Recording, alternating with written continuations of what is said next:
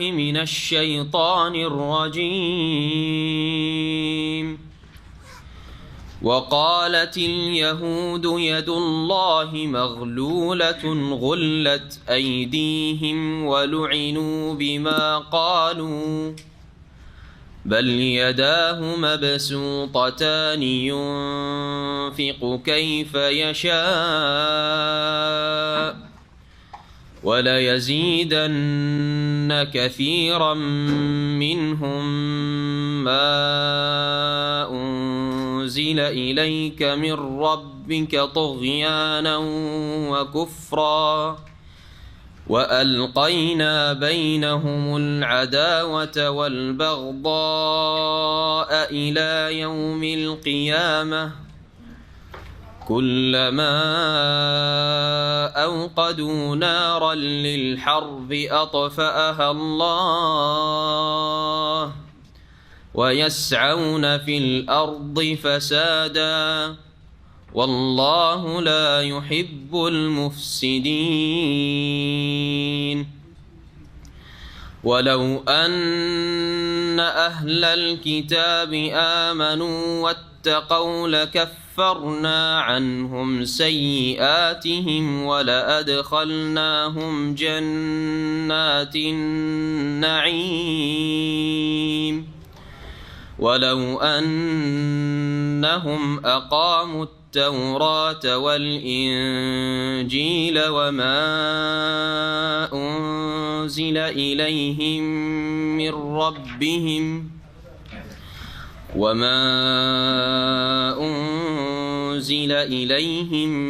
من ربهم لأكلوا من فوقهم ومن تحت أرجلهم منهم أمة مقتصدة وكثير منهم ساء ما يعملون.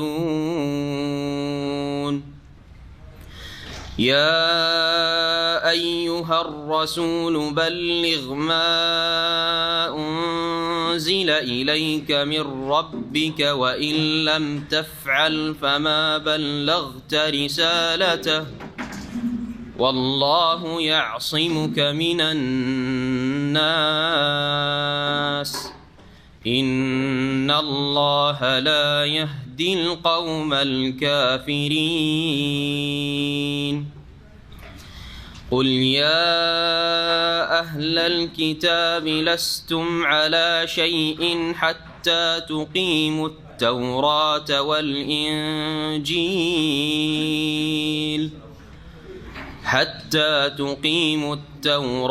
والإنجيل وما أنزل إليكم من ربكم فلا تأس على القوم الكافرين.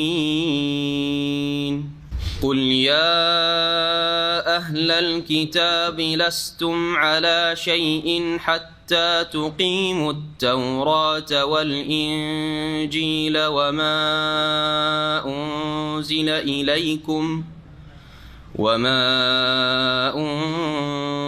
إليكم من ربكم وليزيدن كثيرا منهم ما أنزل إليك من ربك طغيانا وكفرا فلا تأس على القوم الكافرين. السلام عليكم ورحمة الله وبركاته. بسم الله الرحمن الرحيم الحمد لله رب العالمين والصلاة والسلام على سيد المرسلين نبينا محمد وعلى آله وصحبه أجمعين أما بعد فأعوذ بالله من الشيطان الرجيم. وقالت اليهود يد الله مغلولة غلت أيديهم ولعنوا بما قالوا بل يداه مبسوطتان ينفق كيف يشاء ولا يزيدن كثيرا منهم ما أنزل إليك من ربك طغيانا وكفرا وألقينا بينهم العداوة والبغضاء إلى يوم القيامة كلما أوقدوا نارا للحرب أطفاها الله ويسعون في الأرض فسادا والله لا يحب المفسدين. মহান আল্লাহ সমস্ত প্রশংসা যে আল্লাহ পাক রব্বুল আলামিন মানব জাতির কল্যাণ চান, সেই জন্য আল্লাহ পাক রব্বুল আলামিন মানুষকে সৃষ্টি করার পরে তার জীবন বিধান আসমানি সিলেবাস নাজিল করেছেন যাতে করে তারা দিক নির্দেশনা হাসিল করতে পারে, সেখান থেকে আলো নিতে পারে, হেদায়েত নিতে পারে। সালাত এবং সালাম আম্বিয়া রসুলগণের ওপর, বিশেষ করে শেষ নবী মোহাম্মদ রসুল্লাহ সাল্লাল্লাহু আলাইহি সাল্লামের উপর, যাকে আল্লাহ পাক কোরআনে কারীম দিয়ে সারা বিশ্বের সমস্ত মানুষের জন্য রাসূল করে প্রেরণ করেছেন। আমাদের সূরা মায়দার তাফসিরের এটা হচ্ছে 7ম পর্ব, আয়াত নম্বর 64 পর্যন্ত শেষ করেছিলাম। শেষখানে সময়ের অভাবে তাড়াহড়াই, সুতরাং আবার সেই আয়াত সম্পর্কে 2-4টি কথা বলে আয়াত নম্বর 65 থেকে আসলে আমাদের তাফসির শুরু হবে। আল্লাহ পাক রব্বুল আলামিন আয়াত নম্বর 64-তে ইহুদিদের কথা বর্ণনা করেছেন। তার আগেও ইহুদিদেরই কথা আলোচনায় হয়ে আসছে। ইহুদিরা আল্লাহ রব্বুল আলামিন সম্পর্কে বিভিন্ন রকমের বেয়াদবি করত, যেমন আম্বিয়া রসুলগণের সাথে তারা খারাপ আচরণ করেছে, বেয়াদবি করেছে, তাদের প্রাচীন ইতিহাস এটি। তারা তাদের অভাব দেখা দিলে আল্লাহ রাব্বুল আলামিনকে কৃপণ বলত, তাতে কোনো দ্বিধা করত না। আল্লাহর কাছে উত্তম পন্থায় না চেয়ে তারা আল্লাহকে বলতো যে আল্লাহ কৃপণ, সেজন্য আমাদেরকে অভাব দিয়েছে। নাউযুবিল্লাহ। তো এইরকম একটি ঘটনাও সাহাবায়ে কেরামদের জামানায় ঘটেছিল বলে বর্ণিত আছে। প্রখ্যাত তাবেঈ ইকরামা রাহমাতুল্লাহ আলাইহি বর্ণনা করেছেন, ইন্নাহা নাযালাত ফি ফানহাস আল ইয়াহুদি ওয়া ক্বালাত ইয়াহুদু ইয়াদুল্লাহি মাগলুলা। এই আয়াতটি আয়াত নম্বর 64 ফানহাস নামক এক ইহুদি সম্পর্কে নাজিল হয়, আল্লাহর লানত তার উপর এবং ওই রকমই সকল ইহুদিদের উপর। কারণ ইহুদিদের মতো জালেম পৃথিবীতে আর কোনো সম্প্রদায়, আল্লাহর হকের ক্ষেত্রে এবং মানুষের ক্ষেত্রে কোনো জালেম সম্প্রদায় পয়দা হয়নি। তারা বলেছিল, বা এই লোক বলেছিল, ইন্নাল্লাহ ফাকিরুন ওয়া নাহনু আগনিয়া, আল্লাহ হচ্ছে ফকির, অভাবী, আল্লাহ অভাবী, ও নাহনু আগনিয়া, আমরাই হচ্ছি সচ্ছল। এইরকম কথা বলেছিল। আবু বকর সিদ্দিক রাদিয়াল্লাহু তাআলা আনহু শুনতে পেয়ে তাকে মার দিয়েছিলেন। ফাদারাবাহু আবু বকর সিদ্দিক রাদিয়াল্লাহু আনহু, আল্লাহর দ্বীনের গায়রাতে, আত্মমর্যাদা বোধে এবং আল্লাহর জন্য, আল্লাহর দ্বীনের জন্য, আল্লাহ রাসূলের জন্য রাগান্বিত হওয়া সওয়াবের কাজ, এবং কোন এইরকম অপরাধীকে শাস্তি দেওয়া, মার দেওয়া সওয়াবের কাজ। এই জন্য জিহাদ ফি সাবিলিল্লাহ সওয়াবের কাজ। শরীয়তে যেসব শর্তাবলী রয়েছে সেসব পূর্ণ করে যদি জিহাদ হয় তাহলে সেটা সবচেয়ে বড় সওয়াবের কাজ।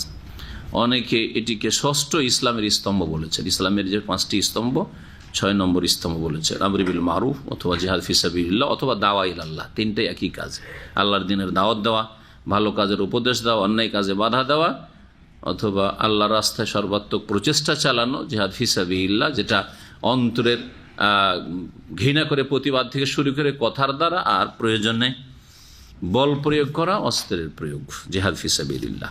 তো আবু বকর সিদ্দিক রাদিয়াল্লাহু ওই লোককে মার দিয়েছিলেন। ওয়াকাদ রাদ্দাল্লাহু আযজা ওয়া জাল্লা আলাইহিম মা কালুহু, যেই বেয়াদবি কথা বলেছিল এই ইহুদি, তার খণ্ডন আল্লাহ পাক আয়াতে করেছেন। মহান আল্লাহ বলছেন, ওয়াকালাতিল ইয়াহুদু ইয়াদুল্লাহি মাগলুলা, ইহুদিরা বলে থাকে যে আল্লাহর হাত হচ্ছে সংকুচিত বা আবদ্ধ, বাঁধা। গোল্লাত আইদিহিম, আল্লাহ পাক রব তাদের উপর অভিসম্পাত করছেন, তাদের হাত ধ্বংস হোক, তাদের হাত সংকুচিত হোক, মানে ধ্বংস হোক। ও লয়েনো বেমা কালু, আর তারা যে কথা বলেছে এর কারণে তাদের ওপর লানত, অভিসম্পাত হোক। বালিয়াদাহু মাবসুতাত, যেমন তেমন অপরাধের কথা না। আল্লাহ রাব্বুল আলামিন তোমাকে অস্তিত্ব দান করলেন, সৃষ্টি করলেন, তুমি কিছুই ছিলেন না। আলাম ইয়াকুন শাইআম মাযকুরা, কিছুই ছিলেন না, না থেকে হায় নিয়ে আসলেন। আল্লাহ পাক রব্বুল আলামিন রব প্রতিপালন করলেন সমস্ত স্তরে স্তরে স্তরে, যখন যা প্রয়োজন। ওয়া আতাকুম মিন কুল্লি মা সাআল, যা তোমার চাহিদা প্রয়োজন, তোমার মায়ের পেটে আসা থেকে শুরু করে শেষ পর্যন্ত সব কিছুই আল্লাহ দিয়েছেন। আর তারপর আল্লাহকে বলবে যে আল্লাহ হচ্ছে কি ফকির, আমরাই হচ্ছি সচ্ছল, আল্লাহর হাত আবদ্ধ, সংকুচিত, আল্লাহ কৃপণ, এইরকম কথা বলবে। ধ্বংস হোক এরা। আল্লাহ পাক রব্বুল আলামিনের লানত গজব রয়েছে এই ইহুদি জাতির উপর। বালিয়াদাহু মাবসুতাতান, বরং তার দুই হস্ত উন্মুক্ত, প্রসারিত, উদার, খোলা। বাসাতে আবসুত মানে খোলা। আল্লাহ রাব্বুল হাত প্রশস্ত, আর আল্লাহ দুই হাতের কথাও বলেছেন, তার মানে আল্লাহ রাব্বুল আলামিনের হাত আছে। এটি হচ্ছে আহলে সুন্নাত ওয়াল জামাতের আকীদা। কেউ যদি হাতকে অস্বীকার করে, আমি আল্লাহর হাত মানি না, সে কোরআন অস্বীকার করলো, কোরআনের একটি আয়াত অস্বীকার করলে সে মুসলিম থাকে না। কেউ যদি অপব্যাখ্যা করে যে আল্লাহর হাত মানে ক্ষমতাগত হাত, কুদরতি হাত, তাহলে সে গোমরাহ পথভ্রষ্ট। জি, আহলে সুন্নাত ওয়াল জামাতের অন্তর্ভুক্ত নয়। আল্লাহ পাক রব্বুল আলামিনের নাম গুণাবলীর ক্ষেত্রে আল্লাহ পাক রব্বুল আলামিন একটি গুণ হচ্ছে, আল্লাহ পাক রব্বুল আলামিন যা বলেছেন যে আমার আছে তা আছে, আর যা না করেছেন তা নেই। জি, ইতিবাচক গুণ আর নেতিবাচক গুণ। আপনার ইতিবাচক পজিটিভ গুণ আছে যে আপনি নরম স্বভাবের, এটা হচ্ছে ইতিবাচক গুণ। আপনি খুব দয়ালু মানুষ, আপনার মায়া মমতা খুব বেশি, ঠিক না? আপনি কঠোর পরিশ্রমী, এগুলো ভালো গুণ কিনা? এগুলো হচ্ছে ইতিবাচক পজিটিভ গুণ। আর নেগেটিভ গুণ, আপনি নিষ্ঠুর না, কর্কশ ভাষী না, আপনি মিথ্যুক না। জি হ্যাঁ, তো আল্লাহ রাব্বুল আলামিন ওই রকমই সিফাতে ইজাবিয়া, সিফাতে সালবিয়া, ইতিবাচক গুণও রয়েছে আর নেতিবাচক। লাম ইয়াকুল লাহু ওয়ালাদ, তার সন্তান সন্ততি নেই। লাম ইয়াত্তাখিজ সাহেবা, তার সঙ্গিনী স্ত্রী নেই। জি, তার কোনো শরিক নেই, তিনি অসহায় নন, অপারগ নন। এগুলি হচ্ছে সব নেতিবাচক গুণ। যা আল্লাহ বলেছেন তা মানতে হবে, তাতে বিকৃতিও ঘটানো যাবে না, অপব্যাখ্যাও করা যাবে না, অস্বীকৃতি জানানো যাবে না, আর তার সাদৃশ্যতা পোষণ করা যাবে না। যে আল্লাহর গুণ, আল্লাহর দয়া আপনার দয়ার মতো নাকি? না আল্লাহর দয়া আল্লাহর দয়ার মতো? ঠিক ওই রকম আল্লাহর হাত আল্লাহর মতো। আমার দেশের এক শ্রেণীর আলেম সমাজ ভ্রান্ত আকিদা, ইলমুল কালাম, আকিদা নাসাফিয়া আর আশারি মাতুরিদি, সব ভ্রান্ত বিদাতি আকিদা পড়ার কারণে কওমি মাদ্রাসাগুলিতে অথবা আলিয়া মাদ্রাসাতে এসব পড়ার কারণে মগজে আগে থেকে ভাইরাস ঢুকে আছে, আগাছা ঢুকে আছে, যার ফলে আলেম হয়েছে, মুফতি সেজেছে, বড় বড় ডিগ্রি নিয়েছে, মানুষের কাছে বড় বড় লম্বা লম্বা ওয়াজ করে, কিন্তু নিজের আকিদাটি আল্লাহ সম্পর্কে ঠিক করতে পারেনি। আল্লাহ সর্বত্র বিরাজমান, আল্লাহর আরশ আজিমে সমুন্নত বিশ্বাস করে না। অথচ কোরআন কারীমের একটি আয়াত না, বহু আয়াত রয়েছে যে আল্লাহ সমস্ত সৃষ্টির ঊর্ধ্বে রয়েছেন। আল্লাহ রাব্বুল আলামিনের হাত অস্বীকার করে, আল্লাহ রাব্বুল চোখ অস্বীকার করে, আল্লাহ রাব্বুল আলামিনের চেহারা অস্বীকার করে। অথচ কোরআন কারীম স্পষ্ট ওয়াজহুন চেহারা, আইনুন চক্ষু আছে না নেই কোরআন কারীমে? ওয়ালে তুসনা আলা আইনি, হে মুসা যাতে তুমি লালিত পালিত হও আমার চোখের সামনে। আনিস নাইল ফুলকা ফুলকা বে আয়নেনা ওয়াহিয়ানা, নূহ আলাইহিস সালাম বলছেন তুমি পানি জাহাজ তৈরি করো, বে আয়নেনা আমার চোখের সামনে, ওয়াহিয়ানা আমার নির্দেশে। সব অস্বীকার, বিকৃতি, সমস্ত গুমরাহি। সে দাড়িওয়ালা লোক এই গুমরাহিতে নিমজ্জিত থাক, অথবা দাড়িবিহীন লোক থাক, সৎ লোক থাক, বাহ্যিক দৃষ্টিতে অসৎ লোক থাক, তারা গুমরাহ আহলে সুন্নাত ওয়াল জামাতের অন্তর্ভুক্ত নয়। আল্লাহ পাক রব্বুল আলামিনের তাওহীদুল আসমা সিফাতের ক্ষেত্রে ইউনফিকু কাইফা ইয়াশা, যেইভাবে চান আল্লাহ পাক ব্যয় করেন, খরচ করেন, মানে দান করেন। ওয়ালা ইয়াজিদান্না কাসীরাম মিনহুম মা উনজিলা ইলাইকা মির রাব্বিকা তুগয়ানা ওয়া কুফরা, আর অবশ্যই অবশ্যই হে নবী তোমার প্রতিপালকের পক্ষ থেকে তোমার উদ্দেশ্যে যা নাজিল করা হয়েছে, মানে তোমার কাছে যা নাজিল করা হয়েছে মানব জাতির হেদায়েতের উদ্দেশ্যে, তা তাদের মধ্যেকার অধিকাংশ লোকের সীমা লঙ্ঘন বাড়িয়ে দেবে, আর তাদের কুফরি ও অবাধ্যতা বাড়িয়ে দেবে। ভালো কিছু দিয়ে ভালো হয় ভালো লোকের, আর খারাপ লোক আরো ক্ষতিগ্রস্ত হয়। বুঝছেন না? উদাহরণ দিয়ে বোঝায় দুনিয়ার। দুধ ভালো না খারাপ? সকলের জন্য উপকারী না কারোর জন্য অপকারী হয়? লো ফ্যাট, বা একবারে ফ্যাট নেই, কি বলছে ওটাকে, নো ফ্যাট, ফ্যাটলেস একবারে, ওটা তলাশ করে বাড়াচ্ছেন। আর না হইলে বলছে ওটাও পেটে বরদাস্ত করতে পারি না, আমার লিভার ফাংশন এত দুর্বল যে দুধ বরদাস্তই করতে পারি না। মানে ঘি, পোলাও করেছেন এত সুন্দর, ঘি দিয়েছেন, না না না ভাই আমি খেতে পারবো না, করছেন না? করছেন না? কেন? খারাপ জিনিস কি ঘি? না, খারাপ তো নয়, দুধ খারাপ নয়। তো ভালোকে হজম করার মতো ভালো ক্ষমতা হইতে হবে। আপনার মধ্যে ভালো ক্ষমতা নাই, সেজন্য আপনি দুধের দ্বারা ক্ষতিগ্রস্ত হচ্ছেন, ঘিয়ের দ্বারা ক্ষতিগ্রস্ত হচ্ছেন, তাই না? গোশত, খাসি গরু খেয়ে ক্ষতিগ্রস্ত হচ্ছেন, কারণ আপনার মধ্যে সেটা হজম করার শক্তি নেই, আপনার দুর্বলতা সেটা। ঠিক তেমনি মুমিন আর কাফির।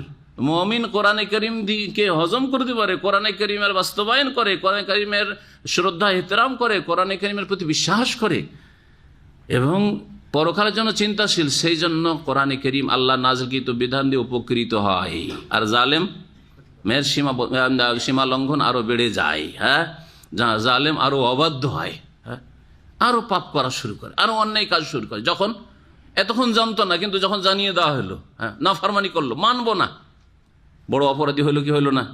মক্কার মুশরিকরা শিরক কুফরি করতো নবী আসার আগে থেকে, কিন্তু নবী মুহাম্মদ রাসূলুল্লাহ রাহমাতুল্লিল আলামিন হয়ে চলে আসলেন, ওহী আসছে, রাত দিন ওহী আসছে রাসূলুল্লাহ সাল্লাল্লাহু আলাইহি ওয়াসাল্লামের কাছে। তাদের হিতাকাঙ্ক্ষী, সারা জীবন ভালো মানুষ বলল তারা রাসূলুল্লাহ সাল্লাল্লাহু আলাইহি ওয়াসাল্লামকে, যখনই বললেন লা ইলাহা ইল্লাল্লাহ বলো, কুলু লা ইলাহা ইল্লাল্লাহ তুফলিহু, আল্লাহ ছাড়া কোনো সত্য মাবুদ নেই, সত্য উপাস্য নাই, কথা বলো, এতেই তোমাদের সার্বিক কল্যাণ রয়েছে।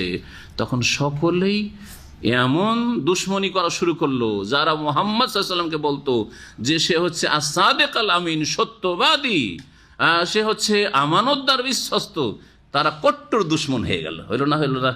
তাহলে সীমা লঙ্ঘন তাদের বেড়ে গেল না? জুলম অত্যাচার বেড়ে গেল না? অন্যায় বেড়ে গেল না? জি, তাই আল্লাহ পাক বলেছেন ইহুদিরা ওই রকমেরই, তাদের কথা আল্লাহ পাক বলছেন।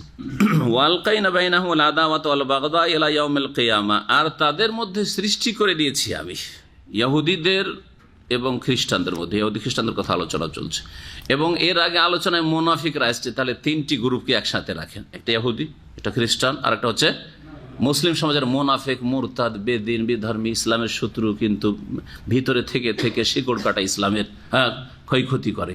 এই তিনটি দল বাহ্যিক ইসলামের বিরুদ্ধে মনে হচ্ছে যে তারা একই রকমের একবারে শত্রুতা রাখছে, ঠিক না, ইসলামকে নিশ্চিহ্ন করার জন্য, কিন্তু আপোষে যে তাদের কত কলহ আছে বিভিন্ন পার্থিব স্বার্থের কারণে, আর কত যে বিবাদ আছে, আর কত যে বিদ্বেষ শত্রুতা সৃষ্টি হয়ে আছে, যে কেউ কাউকে বরদাস্ত করতে পারে না। দুই পরাশক্তি, দুটোই কাফের শক্তি, এক অপরের কত বড় শত্রু। বুঝছেন না? বুঝছেন না? না বুঝেন না? রাশিয়া আর আমেরিকা দোস্ত নাকি? কিন্তু ইসলামের ক্ষতি করার জন্য সিরিয়ার হালাবে রাশিয়ার জালেম আক্রমণ করছে, আর মুসলের হালাবে আমেরিকা আক্রমণ করছে। জি, ঠিক কিরা? জি হ্যাঁ। তো আল্লাহ রাব্বুল আলামিন বলছেন যে ওয়ালকাইনা বাইনাহুমুল আদাওয়াত ওয়াল বাগদা ইলা ইয়াউমিল কিয়ামা, আর মুনাফিক, মজুস, অগ্নিপূজক, যারা নিজেদেরকে মুসলিম বলছে অথচ আব্দুল্লাহ বিন সাবা ইহুদির বংশেরা, তার বিকৃত ধর্ম তারা ইসলামের দোহাই দিয়ে পালন করে, তারা এরা হচ্ছে মুনাফিক। এরা নিজেদেরকে মুসলিম বললেও, আর এরা হারমানি শরীফে আসার চান্স নিলেও, এরা হারমানি শরীফে ইবাদত করতে আসে না, এখানে মিছিল করার জন্য আসে, এখানে ফাসাদ সৃষ্টি করার জন্য আসে, এখানে গোলা বারুদ নিয়ে আসে, এখানে সাহাজিদেরকে খুন করে। জি, চোখের সামনে দেখতে পাচ্ছেন এই 20-30 বছরের ইতিহাস খোমেনির পর, এটা হচ্ছে তাদের ইতিহাস। তো আল্লাহ রাব্বুর এদের মাঝে যদিও মনে হচ্ছে যে আহলে সুন্নাত ওয়াল জামাতের এরা বড় শত্রুতায় এক হয়ে রয়েছে, কিন্তু আপোষে এত তাদের শত্রুতা রয়েছে, আল্লাহর পক্ষ থেকে তা সৃষ্টি করা হয়েছে। ওয়ালকাইনা বাইনাহুমুল আদাওয়াত ওয়াল বাগদা ইলা ইয়াউমিল কিয়ামা, তাদের মাঝে আমি শত্রুতার বিদ্বেষ সৃষ্টি করে দিয়েছি, কিয়ামত পর্যন্ত এটা চলতে থাকবে, কিয়ামত অবধি। কুল্লামা আওকাদু নারানিল হারব, যখন যখন তারা যুদ্ধের জন্য, লড়াইয়ের জন্য আগুন প্রজ্বলিত করতে চেয়েছে, আগুন লাগাতে চেয়েছে, সারা বিশ্বে যুদ্ধ লাগিয়ে দেবো, এক দেশের ওপর এক দেশকে গ্রাস করবো, এসব শুরু করেছে তাদের, বুঝতেই পারছেন। আতফাহ আল্লাহ, যখন এইরকম ফিতনা, ফাসাদ আর বিপর্যয়, বিশৃঙ্খলা সৃষ্টি করার চেষ্টা করে, তখন আল্লাহ পাক তা নিভিয়ে দেন। মদিনায় তাই চেষ্টা করেছে। খন্দকের যুদ্ধের সময় মদিনার মুনাফিকরা বাইরের মুশরিক কাফেরদের সাথে, আর খাইবারের ইহুদিদের সাথে মুনাফিক গ্রুপ মদিনার ভিতরে আছে, আর বনু কুরাইজা ইহুদি আছে এখানে, আর কিছু ইহুদি নির্বাসিত হয়ে খাইবারে আছে সব, আর কাফের মুশরিক তো মক্কা থেকে শুরু করে চারিদিকে যে নাজদের বড় বড় কাফের গোত্রগুলো ছিল, সবগুলি এক হয়ে মদিনা থেকে ইসলামকে মুসলিমকে মোহাম্মদকে নিশ্চিহ্ন করে আসবে। ভিতর থেকে বাইরে থেকে সবই এক। আল্লাহ বলছেন যে যখন যখন এরা যুদ্ধ বাঁধাতে চায় আল্লাহ তা নিভিয়ে দেন। খন্দকের যুদ্ধে যুদ্ধ করতে চেয়েছিল, যুদ্ধকে এমন আল্লাহ ঝড় দিলেন আর এমন ঠান্ডা যে তাদের তাঁবুগুলো সব উড়ে গেল, আর এমন ধুলো আর অন্ধকার, চোখে মুখে ঢুকিয়ে কিছু দেখতেই পায় না, কোন দিকে পালাবে, দিশেহারা হয়ে সব ছিন্ন ভিন্ন হয়ে পালিয়ে গেল। আতফা আল্লাহ, যখন যখন তারা যুদ্ধ বাড়াতে চেয়েছে আল্লাহ যুদ্ধের আগুনকে নিভিয়ে দিয়েছেন। আউনাফিল আরদে ফাসাদান, এবং তারা পৃথিবীতে ধ্বংসাত্মক কর্মকাণ্ডে লিপ্ত থাকে, তারা পৃথিবীতে বিশৃঙ্খলা ফাসাদ সৃষ্টি করতে থাকে। এরা ফাসাদি আল্লাহ সংস্কারের নামে আর নারী অধিকারের নামে আর বিভিন্ন রকমের মানবাধিকারের নামে ইত্যাদির নামে, কিন্তু না কোনো কিছুই নেই, আসলে এরা ফাসাদ সৃষ্টি করে। আল্লাহু লা ইউহিব্বুল মুফসিদিন, আল্লাহ পাক রব্বুল আলামিন বিশৃঙ্খলা সৃষ্টিকারী, বিপর্যয় সৃষ্টিকারী, ধ্বংসাত্মক কর্মকাণ্ডে জড়িত ব্যক্তিদেরকে ভালোবাসেন না, তাদের জন্য আল্লাহর আযাব রয়েছে। ওয়ালাউ আন্না আহলাল কিতাবে আমানু, তারপর আল্লাহ পাক রব্বুল আলামিন রহমতের দরজা খুলছেন, দিক নির্দেশ দিচ্ছেন, ইহুদিকেও দিচ্ছেন, খ্রিস্টানকেও দিচ্ছেন, মুনাফিকদেরকেও দিচ্ছেন, মুসলিমদেরকে দিচ্ছেন, সৎ অসৎ সকলের জন্য। আল্লাহ পাক বলছে ওয়ালাউ আন্না আহলাল কিতাব, যদি গ্রন্থধারীরা, ঐশী গ্রন্থে তো বহনকারীরা অর্থাৎ ইহুদি এবং খ্রিস্টানরা, আমানু তারা বিশ্বাস স্থাপন করত, ওয়াত্তাকাউ আর তারা সংযত হয়ে যেত, আল্লাহকে ভয় করত, পাপ মুক্ত হয়ে যেত, লাকাফফারনা আনহুম সাইয়্যাতিহিম, তাহলে তাদের গুনাহগুলিকে পাপগুলিকে মোচন করে দিতাম অবশ্যই। ওয়ালা আদখালনাহুম জান্নাতিন নাঈম, আর নিয়ামত ভরা জান্নাতে তাদেরকে দাখিল করতাম। আল্লাহ দরজা খুলছেন জান্নাতের, না আহলে কিতাব ইহুদি নাসারার সামনে, সকলের সামনে। আহলে কিতাবকে যদি আল্লাহ বলেন যে তোমরা যদি ঈমান ঠিক করে নাও, হ্যাঁ, কুফরির জায়গায় তৌহিদ নিয়ে আসো, কুফরিকে সরাও, তৌহিদ নিয়ে আসো, হ্যাঁ, আর শেষ রাসূল মুহাম্মদ সাল্লাল্লাহু আলাইহি ওয়াসাল্লাম সারা বিশ্বের সকলের জন্য তোমাদের জন্য রহমত হয়ে এসেছেন, এই রহমতকে সাদরে গ্রহণ করো, আর পাপাচার থেকে বাঁচো, তোমরা আল্লাহর আদেশ মানো এবং নিষেধাজ্ঞা থেকে বিরত থাকো, তাহলে তোমাদের গুনাহগুলি অপরাধগুলি মাফ করে দেব আর জান্নাত দেব তোমাদেরকে। ওয়ালাউ আন্নাহুম আকামুত তাওরাত ওয়াল ইনজিল, আর তারা যদি তাওরাতের বিধান প্রতিষ্ঠিত করত, ইনজিলের বিধান প্রতিষ্ঠিত করত, ইহুদিরা তাওরাত প্রতিষ্ঠিত করত, খ্রিস্টানরা ইনজিল প্রতিষ্ঠিত করত, এবং তার সাথে সাথে ওয়ামা উনজিলা, দেখেন ভালো করে শুনে রাখেন, শুধু তাওরাত ইনজিল মেনে জান্নাত পাওয়া যাবে না, এজন্য আল্লাহ তিনটি কথা বলেছেন। তাওরাত কায়েম করত, ইনজিল কায়েম করত, আর কি ওয়ামা উনজিলা ইলাইহিম মির রাব্বিহিম, আর তাদের প্রতিপালকের পক্ষ থেকে তাদের উদ্দেশ্যে যা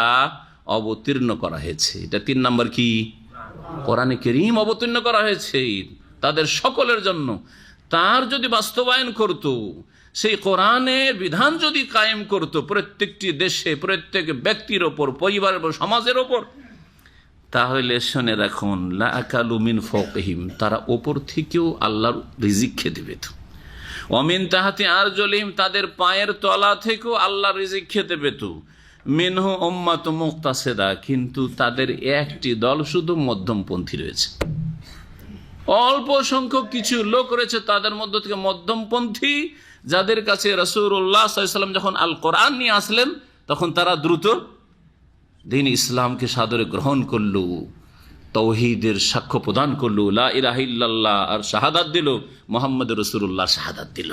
যেমন ইহুদিদের মধ্যে বড় একজন আলেম মদিনায় নবী সাল্লাল্লাহু আলাইহি ওয়াসাল্লাম হিজরত করে আসতে ইসলাম কবুল করেছিলেন, তার নাম কি, আব্দুল্লাহ ইবনে সালাম রাদিয়াল্লাহু তাআলা আনহু। আর একজন বড় আলেম তাদের ইসলাম কবুল করেছেন উমর রাদিয়াল্লাহু তাআলা নবী সাল্লাল্লাহু আলাইহি ওয়াসাল্লামের পরে কাব আল আহবার, জি, আর তার সাথে অল্প সংখ্যক কিছু লোক, জি, খ্রিস্টানদের মধ্য থেকে, জি হ্যাঁ, ইসলাম কবুল করেছেন বেশ কিছু। তারপরে সালমান ফার্সি পারস্য দেশ থেকে বেরিয়েছেন ইসলামের তলাশ, ইসলামের তলাশে, শেষ নবীর তলাশে। ভবিষ্যৎবাণী শুনেছেন যে শেষ নবী আসবে আর আরবের দিকে আসবে, সুতরাং ইরান থেকে রাজার ছেলে ছিল, সে রাজ পরিবার থেকে বেরিয়ে কোথায় কোথায় গিয়ে আর বিভিন্ন লোকের গোলামের জীবন কাটিয়ে শেষখানে মদিনার এক লোকের ইয়াহুদির গোলাম হয়েছে। আল্লাহ মদিনাতে পৌঁছে দিয়েছে, গোলামি করেছে ওই অবস্থায়, যে এখানে এসে ইসলাম কবুল করছেন। এইরকম যুগে যুগে বহু খ্রিস্টান ইসলাম গ্রহণ করছে, তাই না? জি হ্যাঁ, যুগে যুগে বহু ইসলাম গ্রহণ করেছে খ্রিস্টানরা, সাহাবাই কেরামদের যুগ থেকে শুরু করে আজ পর্যন্ত। তাদের সংখ্যাই বেশি ইসলাম কবুল করার, আর অল্প ইহুদি, অধিকাংশ ইহুদি অবাধ্য, আর মুশরিকও অল্প ইসলাম গ্রহণ করেছে। ভারতের মুসলিম যারা ইসলাম গ্রহণ করেছে তাদের অধিকাংশ সেখানকার অধিবাসী, ভারত উপমহাদেশের, যদিও কিছু হয়তো সেখানে হিজরত করে অন্য অন্য দেশ থেকে গিয়েছে। আল্লাহ পাক বলছেন যে তাদের একটি দল শুধু মধ্যমপন্থী রয়েছে,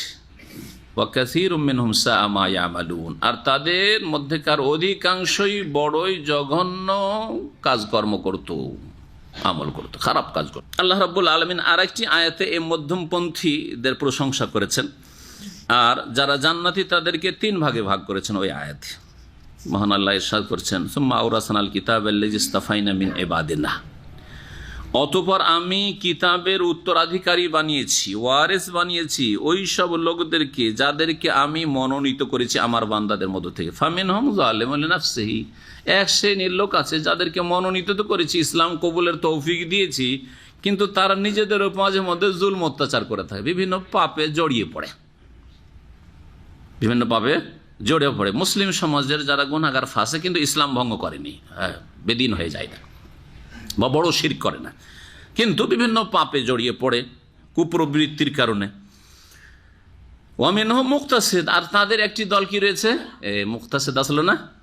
জি হ্যাঁ, ওখানে ছিল কি উম্মাত মুক্তাসিদা, ইহুদি খ্রিস্টানদের মধ্যে একটি মধ্যপন্থী দল আছে, আর মুসলিমদের মধ্যে এক দল বিভিন্ন পাপে জড়িয়ে পড়বে, আর এক দল মধ্যমপন্থী আছে, ফরজ ওয়াজিবগুলি আদায় করে, আরাম নাজায়েজ থেকে বেঁচে থাকে। তাহলে আগের দলটি যেটি জুলুম অত্যাচার করে থাকে, মাঝে মাঝে ফরজে ঘাটতি করে হয়তো, কিন্তু নামাজে না। নামাজ যেহেতু নামাজ ছাড়া, কুফরি কাজ নামাজ ছাড়া ধরেন অন্যান্য মেলা ফরজ আছে, সেগুলোতে ঘাটতি, পর্দা ফরজ ঘাটতি আছে, মেলা ফারাইজ ইসলামে আছে, বাপ মায়ের সেবা ফরজ, তাদের সাথে সদ্ব্যবহার ফরজ, তাতে কিছু ঘাটতি আছে। এইরকম মেলা ফরজ মানুষের উপর আছে যেগুলোতে ঘাটতি আছে। হারাম নাজায়েজ মেলা আছে, কিছু হারাম কাজ করে কিন্তু ইসলাম ভঙ্গ করেনি, শিরকের অপরাধ করেনি, কুফরের অপরাধ করেনি, নাস্তিক হয়ে যায়নি, সেহের জাদু টোনার মাধ্যমে ইসলাম ভঙ্গ করেনি, ইত্যাদি বহু যে সেই ইমামের বিষয় রয়েছে, এসব করেনি। তাহলে জালেমেরা। আর মধ্যমপন্থী যারা ফরজ ওয়াজিব আদায় করে আর হারাম নাজায়েজ থেকে বেঁচে থাকে, মধ্যমপন্থী, তার সাথে হয়তো কিছু সুন্নত নফল আছে, ভালো কাজ আছে। ওয়ামিনহুম সাবিকুন বিল খায়রাত, আর তাদের মধ্যে এই মুসলিম উম্মতের মধ্যে একদল রয়েছে যারা কল্যাণের কাজে, কল্যাণ সমূহে মানে কল্যাণের কাজগুলিতে তারা বড় অগ্রগামী। ফরজ ওয়াজিব তো আছেই, সুন্নত নফল আছে, অনেক তাদের নফল ইবাদতবন্দি আছে, সারাদিনের বহু জিকির আজকার আছে, তাহাজ্জুদ আছে, সালাতুদ দুহা আছে, আর আল্লাহর সন্তুষ্টির জন্য তারা বহু নফল ইবাদতবন্দি করে, যাকাত দেওয়ার সাথে সাথে বহু দান খেরাত করে, বহু ইসলামের খেদমত করে, হজ শুধু ফরজ হজ আদায় করেনি, বহু হজ করেছে, হজ করার চেষ্টা করে, ওমরা করে, ইত্যাদি। এরকম বহু নেক আমল তাদের আছে।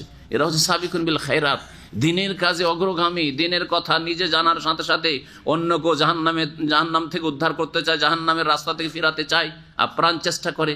একজন দিন শিখার পরে শুধু নিজের জন্য যথেষ্ট মনে করলো, আর আরেকজন বলছেন না না না, আমি জাহান্নাম থেকে বাঁচলাম, আমার জাতিকে জাহান্নাম থেকে বাঁচাইতে হবে। দুজন কি এক? বিইযনিল্লাহ, যালিকা হুয়াল ফাদলুল কাবীর। এটি হচ্ছে আল্লাহর মহা অনুগ্রহ যে জান্নাত যদি পেয়ে যান, জাহান্নাম থেকে বাঁচতে পারেন, আর বিশেষ করে যদি অগ্রগামী হইতে পারেন, তাহলে মুসলিম 3 ভাগে বিভক্ত এই আয়াতে আল্লাহ পাক বলেছেন। কোন সূরা রয়েছে হাফেজ সাহেবেরা? ফাতির।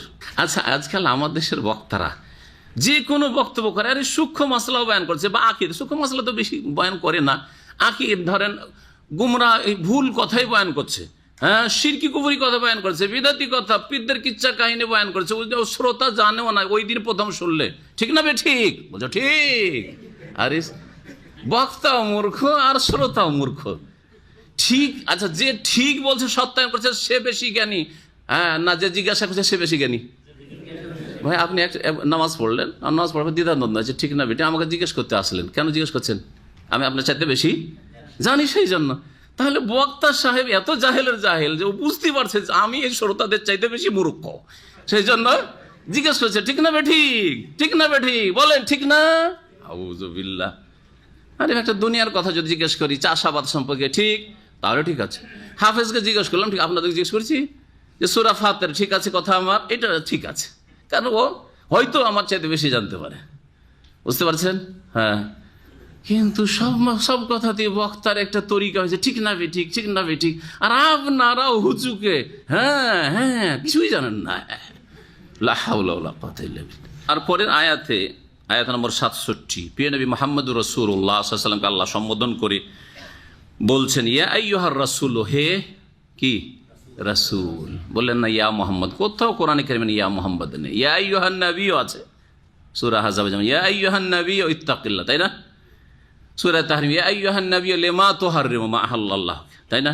ইয়া আইয়ুহার রাসূল, এখানে বাল্লিগ, হে রাসূল বাল্লিগ মা উনজিলা ইলাইকা মির রাব্বিক, তোমার প্রতি যা নাজিল করা হচ্ছে বা হয়েছে তা প্রচার করো, পৌঁছিয়ে দাও, তোমার রবের পক্ষ থেকে যা নাজিল করা হয়েছে। ওয়া ইন লাম তাফআল, যদি এই কাজটা যথাযথভাবে না করো, ফামা বাল্লাগতা রিসালাতাহু, তাহলে তার পয়গাম তুমি পৌঁছালে না ঠিকভাবে, তোমার দায়িত্ব তুমি ঠিকভাবে পালন করলে না। নবীকেও সতর্কবাণী, তোমাকে এই জন্যই পাঠিয়েছি যে তোমাকে যা কিছু বলবো তা মানব জাতির কাছে যতদূর তোমার আওয়াজ পৌঁছিবে আর যতটা তুমি মেহনত পরিশ্রম করতে পারো ততটা তোমাকে করতে হবে, কি করার জন্য? প্রচারের জন্য, প্রসারের জন্য, পৌঁছিয়ে দেওয়ার জন্য। বাল্লিগ, পৌঁছিয়ে দাও। কিন্তু কি পৌঁছাইতে হবে? আল্লাহর কথা না মুরব্বীদের কথা? হ্যাঁ, যারা আল্লাহর কথা পৌঁছায় তারা দ্বীনের তাবলীগ করে, দ্বীনের প্রচার করে। তা কোরআনে কারিমে রয়েছে আর রাসূলুল্লাহ সাল্লাল্লাহু আলাইহি ওয়াসাল্লামের হাদিসে রয়েছে। কিন্তু দু চারটি আয়াত, হ্যাঁ, নিজের যেগুলো মনোভূত সুবিধাজনক, আর দু চারটি হাদিস, তার সাথে জাল জয়ফর ছড়াছড়ি, আর তার সাথে বুজরুগানে মুরব্বিদের কিচ্ছা কাহিনীর কিতাব একটি তৈরি করে নিয়ে ওইটার নাম যদি বলেন যে তবলীগ করছে মানুষকে, আর তারপরে নিজেও কিছু জানেন না যে মানুষকে পৌঁছাবেন। নবীকে আল্লাহ পৌঁছাতে বলেছেন, নবী সবচেয়ে বড় জ্ঞানী আল্লাহর পরে, তাই না? তার কাছে ওহী আছে, সেজন্য পৌঁছাতে বলেছেন। কিন্তু সারা জীবন ঘুষ খেলো অফিসার, রিটায়ার্ড হয়েছে, এখন চললো কোথায়? তবলীগে। কি পৌঁছাবেন? কিছু তো জানেন না আপনি। তখন একটা বাহানা, শিখতে। কি শিখবেন ওখানে? হ্যাঁ, কি শিক্ষা হয়? ওই একটা কিতাব ধরিয়ে দেওয়া হয়েছে মৌলানা ইলিয়াস সাহেবের। না, এটা ইসলামের তবলীগ না, এটা ইলিয়াসি তবলীগ। ভালো করে শুনে রাখেন, এটা ইলিয়াসি তবলীগ, এটা ইসলামের তবলীগ না। ইসলামের তবলীগ ওহী দিয়ে করতে হবে, কোরআনে কারীম দিয়ে আর রাসূলুল্লাহ সাল্লাল্লাহু আলাইহি ওয়াসাল্লামের হাদিস দিয়ে করতে হবে। হ্যাঁ, এক হাতে কোরআনে কারীম নেন, তফসির নেন, আর তাও সালাফে সালেহিনের কোরআন হাদিস সম্বলিত তফসির থাকতে আবার মন গড়া তফসির, এমন আকীদা আর লোকের, হ্যাঁ, স্কলারের, যার আকীদার ওপর জিজ্ঞাসা চিহ্ন, যে সাহাবাই কেরামদের মর্যাদা বুঝতো না, হ্যাঁ, যে সাহাবাই কেরামদের সমালোচনা করেছে, যেই ব্যক্তি ইসলাম সম্পর্কে ভুল তথ্য পেশ করেছে, ইসলামকে পলিটিক্যাল ভাবে পেশ করেছে, তার তাফসীর পড়তে উৎসাহিত করবে, এটা ইসলামের তবলীগ নয়, ইসলাম প্রচার নয়। ভালো করে বুঝেন, আল্লাহ পাক যেন বোঝার তৌফিক দান করেন। কোরআন এক হাতে, রাসূলের হাদিস, সহিহ বুখারী নেন, সহিহ মুসলিম নেন, রিয়াজুস সালিহিন নেন। হ্যাঁ, আরবদেরকে ধোকা কেন দিচ্ছেন? নিজেরা তো ফাজাইল আমল পড়বেন, আরবদেরকে রিয়াজুস সালিহিন ধরিয়ে দিয়ে, হ্যাঁ, তাদের চোখে ধুলো দিচ্ছেন আর কানাকা হাইকোর্ট দেখাচ্ছেন। কেন এই কাজ করছেন? আল্লাহ পাক যেন এদের অনিষ্ট থেকে বাঁচিয়ে রাখে। বাল্লিগ মা উনজিলা, যা নাজিল হয়েছে তা পৌঁছাইতে হবে, আল্লাহর কথা রাসূলের কথা পৌঁছাতে হবে, যা সৌদি আরবের উলামায়ে কেরামরা করছেন, সৌদি আরব থেকে যারা শিক্ষা লাভ করছেন তারা করছেন। তা বিনা দলিলে কোনো কথা মানেন না এবং মানা জায়েজও মনে করেন না, যতই বড় তার মুরব্বী হোক না কেন, যতই বড় তার খেদমত হোক না কেন। প্রত্যেক ব্যক্তির ভুল হতে পারে একমাত্র মুহাম্মদুর রাসূলুল্লাহ সাল্লাল্লাহু আলাইহি সাল্লাম ছাড়া, কিন্তু তাদের বুজুর্গানি দিনের কোনো ভুল হয় না। তাদের শিরক বিদআতেরও সমালোচনা করলে গাল খেতে হয়, তাদের শিরক বিদআত ভুল ধরলে এ শুধু ভুলই ধরে বেড়ায়, অপরাধ হয়ে গেল ভুল দ্বারা। আরে নবী করিম সাল্লাল্লাহু আলাইহি ওয়াসাল্লাম যদি মক্কার মুশরিকদের ভুল না ধরতেন তাহলে তো কেউ গাল দিত না, কেউ দুশমনি করতো না, মক্কা থেকে তাড়াইতো না। হ্যাঁ, প্রথম তো লা ইলাহা এগুলো নেই, তো প্রথমেই তো ভুল ধরা হয়েছে, কালেমাতে তো আগে ভুল ধরা হয়েছে। লা ইলাহা এগুলো নেই, ভুল ধরলো না। ইল্লাল্লাহ, আল্লাহর ইবাদত আছে, তাহলে ইসলামে ভুল ধরতে হবে। আগাছা সাফ করতে, চাষিও আগে ভুল ধরে, হ্যাঁ, ঘাস সাফ করে জমি থেকে, তারপরে বীজ ছিটায়। জি, ভুল ধরা ছাড়া কোনো উপায় নেই যদি আপনি আল্লাহর দিন মানুষকে পৌঁছাতে চান। আর মূর্খরা যারা গাল দাওকে নিজের ধর্ম বানিয়ে ফেলেছে, তাদের কথা শুধু ভুল ধরে। ভুল না ধরলে আপনি যে জাহান্নামে যাবেন। আপনি ভুল পথে গিয়ে আপনি ডাকাতের হাতে পড়তে যাচ্ছেন, আপনার একজন জানে যে এটা ডাকাতের পথ, এই গলিতে গেলে ছিনতাই হয়ে যাবে, তার জন্য ফরজ নয় আপনার জান বাঁচানো? অবশ্যই ফরজ। দুনিয়ার ক্ষেত্রে যদি এটা ফরজ হয়ে যায় তো আপনি জাহান্নামে পড়তে যাচ্ছেন, আর সে হিতাকাঙ্ক্ষী হয়ে জাহান্নামের রাস্তা থেকে আপনি ইসলাম পালন করছেন, কিন্তু এমন ভুল ইসলাম পালন করছেন যে ইসলামের কারণে ইসলাম পালন করেও আমেলাতুন নাসিবা তাসলা নারান হামিয়া, জ্বলন্ত আগুনে পড়তে হবে। তা আপনার ভুল না ধরলে তো আপনার ক্ষতি হলো, আপনার ক্ষতি হলো। আল্লাহ পাক যেন আমাদের বুঝার তৌফিক দান করেন। ইয়া আইয়ুহার রাসূল বাল্লিগ মা উনজিলা ইলাইকা মির রাব্বিকা ওয়া ইন লাম তাফআল ফামা বাল্লাগতা রিসালাতাহ। যা নাজিল হচ্ছে তার প্রচার করো তোমার রবের পক্ষ থেকে। ওয়া ইন লাম তাফআল, আর এই দায়িত্ব যদি পালন না করো ঠিকভাবে, তাহলে আল্লাহর রিসালাত, আল্লাহর মেসেজ পয়গাম তুমি পৌঁছালে না, যে দায়িত্ব তোমাকে দিয়েছি। ওয়াল্লাহু ইয়াসিমুকা মিনান নাস, আর পৌঁছাতে গিয়ে কাউকে ভয় করিও না, কারণ আল্লাহ তোমাকে রক্ষা করবেন, বাঁচাবেন মানুষ থেকে, মানে মানুষের অনিষ্ট থেকে।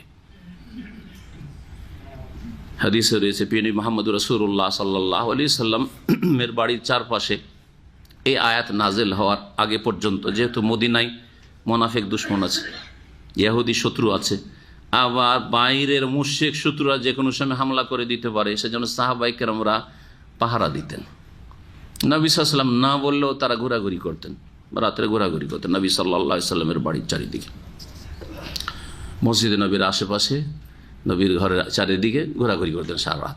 যখন এই আয়াত নাজিল হইল, নবী করিম সাল্লাল্লাহু আলাইহি সাল্লাম বললেন যে না, আর আল্লাহ আমাকে নিশ্চয়তা দিয়ে দিয়েছেন, ওয়াল্লাহু ইয়াসিমুকা মিনান নাস, আল্লাহ তোমাকে রক্ষা করবেন মানুষের অনিষ্ট থেকে। যাও তোমরা নিজ নিজ বাড়িতে ঘুমাও, ঘোরাফেরা করতে। এবং আল্লাহ রাব্বুল আলামিন যতদিন পর্যন্ত দিনকে কমপ্লিট নাজিল না করে, ততদিন পর্যন্ত আল্লাহ পাক রাসূলকে বাঁচিয়ে রেখেছেন। 20 দিয়েছে ইহুদি মহিলা, তারপরও কোনো ক্ষতি হয়নি, ঠিক না? আর যখন আলিয়ামা আকমালতু লাকুম দীনাকুম হয়ে গেল বিদায় হজে, আর তারপরে হজ করে জিল হজ মাসে ফিরে আসলেন, মুহররম গেল, সফর গেল, রবিউল আউয়াল মাসে রাসূলুল্লাহ সাল্লাল্লাহু আলাইহি ওয়াসাল্লাম ইন্তেকাল করলেন, কাজ শেষ হয়ে গেছে। জি, ইযা জা নাসরুল্লাহ ওয়াল ফাতহ, আল্লাহর সাহায্য চলে এসছে, বিজয় হাসিল হয়ে গেছে। ওরা আয়তান নাস ইয়াদখুলুনা ফি দীনিল্লাহ আফওয়াজা, এখন ভয় নেই, ইসলাম কবুল করলে দলে দলে আসছে, নির্দ্বিধায় আর সাহসের সাথে ইসলাম গ্রহণ করতে পারছে, রাস্তায় কোনো ইট পাটকেল নেই, বাধা নেই। ইয়াদখুলুনা ফি দীনিল্লাহ, দলে দলে ইসলামে প্রবেশ করছে লোকেরা। কাজ তোমার হয়ে গেছে। ফাসাব্বিহ বিহামদি রাব্বিকা ওয়াস্তাগফির, এখন আল্লাহ পাকের তাসবিহ করো, আখিরাতের সম্বল বেশি বেশি সঞ্চয় করো, আর আল্লাহর প্রশংসার সাথে সাথে ইস্তেগফার করো আল্লাহর কাছে। ইন্নাহু কানা তাওয়াবা, সূরা নাসর নাজিল হইল। তো আল্লাহ পাক বলছেন ইন্নাল্লাহা লা ইয়াহদিল কওমাল কাফিরিন, নিশ্চয়ই আল্লাহ পাক কাফের সম্প্রদায়কে সঠিক পথে পরিচালিত করেন না, কারণ তারা অবাধ্যতার পথ যখন নিয়েছে তখন আল্লাহ পাক জবরদস্তি করেন না। কুল, হে নবী বলে দিয়ে, আহলাল কিতাবে, হে আহলে কিতাব, হে কিতাবধারীরা, ইহুদিরা, লাস্তুম আলা শাইইন, তোমরা কোনো ভিতের ওপর প্রতিষ্ঠিত নও।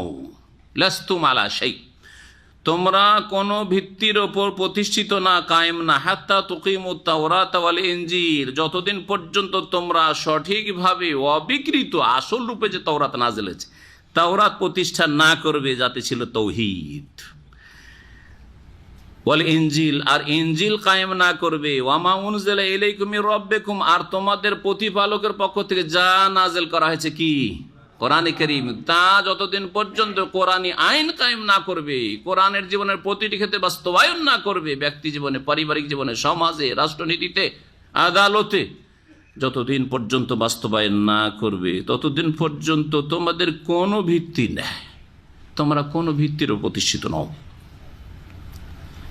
এটা যেমন তাদেরকে বলা হয়েছে, সকলকে বলা হয়েছে, ঠিক না? তাদেরকে যদি বলা হয় তো আমাদেরকে প্রথম সম্বোধন না, তাহলে মুসলিম জাতিতে মুসলিম, কিন্তু কোরআনের বাস্তবায়ন জীবনে করলেন। আল্লাহ বলছেন আকিমুস সালাত, নামাজ আপনার 5 ওয়াক্ত ঠিক নেই, সময় মতো নামাজ হয় না, তাহলে তোমার কোনো ভিত্তি নেই হে মুসলিম, লাস্তুম আলা শাই, ভালো করে শুনুন। হাত্তা, তারপর বলছেন ওমা উনজিলা ইলাইকুম মির রাব্বিকুম ওয়া লা ইয়াজিদান্না কাসীরাম মিনহুম মা উনজিলা ইলাইকুম মির রাব্বিকা তুগয়ানা ওয়া কুফরা। হে নবী, তোমার রবের পক্ষ থেকে তোমার প্রতি যা নাজেল হচ্ছে তা তাদের অধিকাংশের সীমা লঙ্ঘনকে, তুগয়ান সীমা লঙ্ঘন, আর কুফরিকে বৃদ্ধি করবে।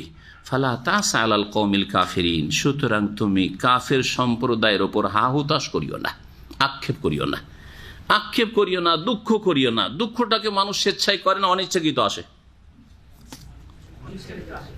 এটা জিজ্ঞাসা করা চলবে, কারণ এটা হচ্ছে জেনারেল নলেজ। কারণ আপনিও দুঃখিত হন, আপনিও খুশি হন। খুশিটা কি নিয়ে আসতে হয় না নিজে নিজে চলে আসে? নিজে নিজে খুশির কিছু ব্যবস্থা হইলেই চলে আসে, তাই না?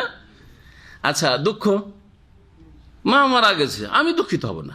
আরে দুঃখিত হন না, দুঃখ আসবেই, আসবে না? আপনি কি শখ করে দুঃখ নিয়ে এসছেন? আর যদি এড়াতে আমি দুঃখ করবই না, একবারে জিরো, কিচ্ছু নেই, হবে? হবে, হ্যাঁ। তার বহিঃপ্রকাশ ঘটাচ্ছেন না, হ্যাঁ, বহিঃপ্রকাশ ঘটাচ্ছেন না, একবারে কান্নায় ভেঙে পড়েছেন, হাই হাই করছেন না, কিন্তু দুঃখ অবশ্যই আছে, শোক আছে।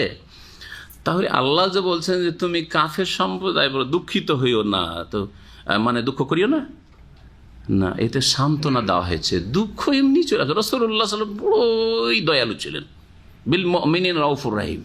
হাই রে, এই লোকগুলো জাহান্নামে যাবে, দুঃখিত হইতেন, মনে কষ্ট পেতেন, চিন্তিত হয়ে যেতেন, হ্যাঁ, আপ্রাণ চেষ্টা করতেন। লাআল্লাকা বাখিউন নাফসাক আল্লা ইয়াকুনু মুমিনিন, এরা যদি ইসলাম গ্রহণ না করে তাহলে কি তুমি নিজেকে ধ্বংস করে ফেলবে? তুমি কি হার্ট অ্যাটাক করে মারা যাবে? সান্ত্বনা দিচ্ছেন না। কেন কেন তুমি ভেঙে পড়ছো? তোমার কাজ তুমি করে যাও, তারপরে ফামান শাফাল ইউমান ওমান শাফাল ইয়াকফুর, মানুক মানুক, না মানুক তাই মানুক, করার কি আছে? তো দুঃখ করিও না মানে দুঃখ নিজের হাতে নেই, মানে তোমাকে সান্ত্বনা দিচ্ছি তোমার দুঃখে, হ্যাঁ, তোমার এই কষ্টে সান্ত্বনা দিচ্ছি, ধৈর্য ধারণ করো। ইন্নাল্লাযীনা আমানু ওয়াল্লাযীনা হাদু ওয়াস-সাবিউনা ওয়ান-নাসারা মান আমানা বিল্লাহি ওয়াল ইয়াউমিল আখির ওয়া আমিলা সালিহান ফালা খাউফুন আলাইহিম ওয়া লা হুম ইয়াহজানুন। এই আয়াতের ব্যাখ্যা তাফসীর ভুল বোঝার কারণে অনেক দুনিয়ার শিক্ষিতরা বিভ্রান্তির শিকার হয়েছে, গোমরাহ হয়েছে। সেই জন্য এই আয়াতের তাফসীরটা ভালো করে আজকে শুনেন। নিশ্চয়ই যারা ঈমান নিয়ে এসেছে, অর্থাৎ যারা মুসলিম, ঈমান নিয়ে এসেছে মানে যারা মুসলিম, ওয়াল্লাযীনা হাদু, আর যারা ইহুদি হয়েছে, ইহুদি জাতির কথা হলো দ্বিতীয় জাতি, ওয়াস-সাবিউন, আর যারা সাবেঈ, সাবেঈ কারা, এই নিয়ে মুফাসসিরিনদের দ্বিমত রয়েছে। একদল বলছেন যে সাবেঈও ইহুদি খ্রিস্টানদের মতো কিতাব ধারণকারী, তাদেরও নবী ছিল, কোনো নবী ছিল, কিন্তু যুগের আবর্তন বিবর্তনে তারা প্রায় শেষ হওয়ার মতোই। জি, ইহুদি খ্রিস্টানের মতো এরকম প্রসিদ্ধ নেই। কেউ কেউ বলছেন না না, এরা তারকার পূজারী ছিল, মুশরিক। একদল মুশরিক সাবেই যারা তারকার পূজা। আর তারপরে আল্লাহ পাক রব্বুল আলামিন কি বলছেন?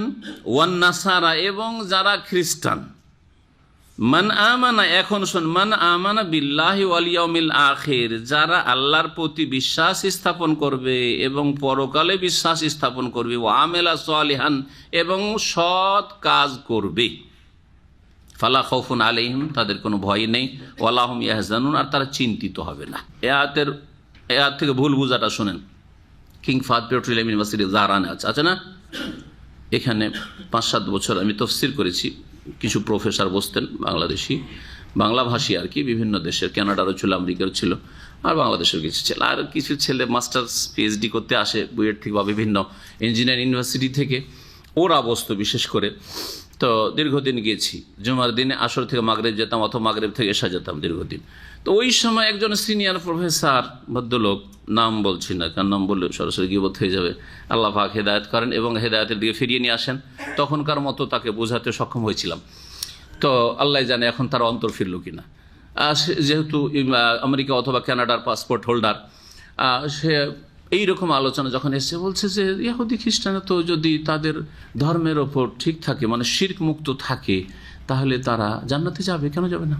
তারা যদি ভালো কাজ করে, জেনা না করে, খুন না করে, পাপাচারে লিপ্ত না হয়, তাহলে কি করবে? তারা জান্নাতে যাবে, এরকম কথা। ইন্না লিল্লাহি ওয়া ইন্না ইলাইহি রাজিউন। এটা ঈমান ভঙ্গকারী বিষয়। কেউ যদি মনে করে যে মুহাম্মদুর রাসূলুল্লাহ সাল্লাল্লাহু আলাইহি ওয়াসাল্লামের প্রতি ঈমান ছাড়াও জান্নাতে যাবে, সে মুসলিম হতে পারেনি। ভালো করে শুনে রাখেন, এটা হচ্ছে ইসলামী আকীদা। কারণ ইসলামের প্রথম স্তম্ভ হচ্ছে দুটো কথার সাক্ষ্য প্রদান করা। কি? আশহাদু আল্লা ইলাহা লা ইলাহা ইল্লা আল্লাহ ছাড়া কোনো সত্য উপাস্য নেই এই কথার সাক্ষ্য প্রদান করা, আর মুহাম্মাদুন রাসূলুল্লাহ, মুহাম্মদ আল্লাহর প্রেরিত রাসূল, এই কথার সাক্ষ্য প্রদান করা, এটা হচ্ছে ইসলামের প্রথম পিলার।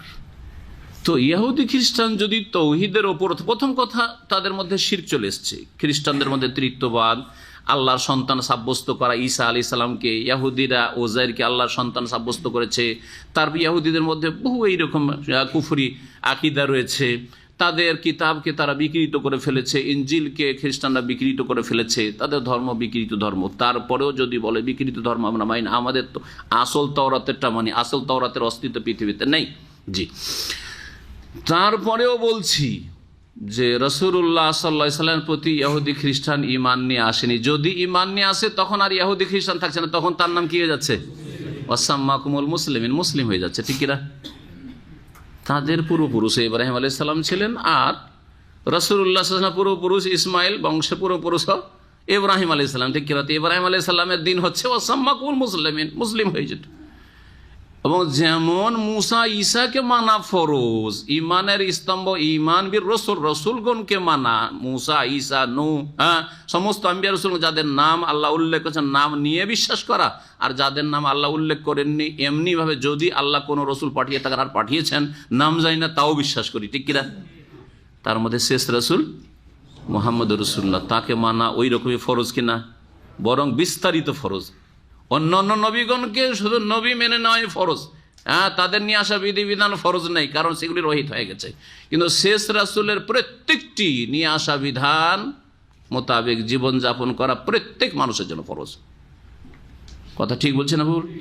এটা ওদের তরিকে জিজ্ঞেস করলাম। প্রিয় নবী সাল্লাল্লাহু আলাইহি ওয়াসাল্লাম ওমর রাদিয়াল্লাহু তাআলার হাতে একটা তাওরাতের অংশ দেখেছেন, শখ করে একটু তাওরাতে কি আছে পড়ে দেখি, তখনও বিকৃত হয়ে গেছিল তাওরাত।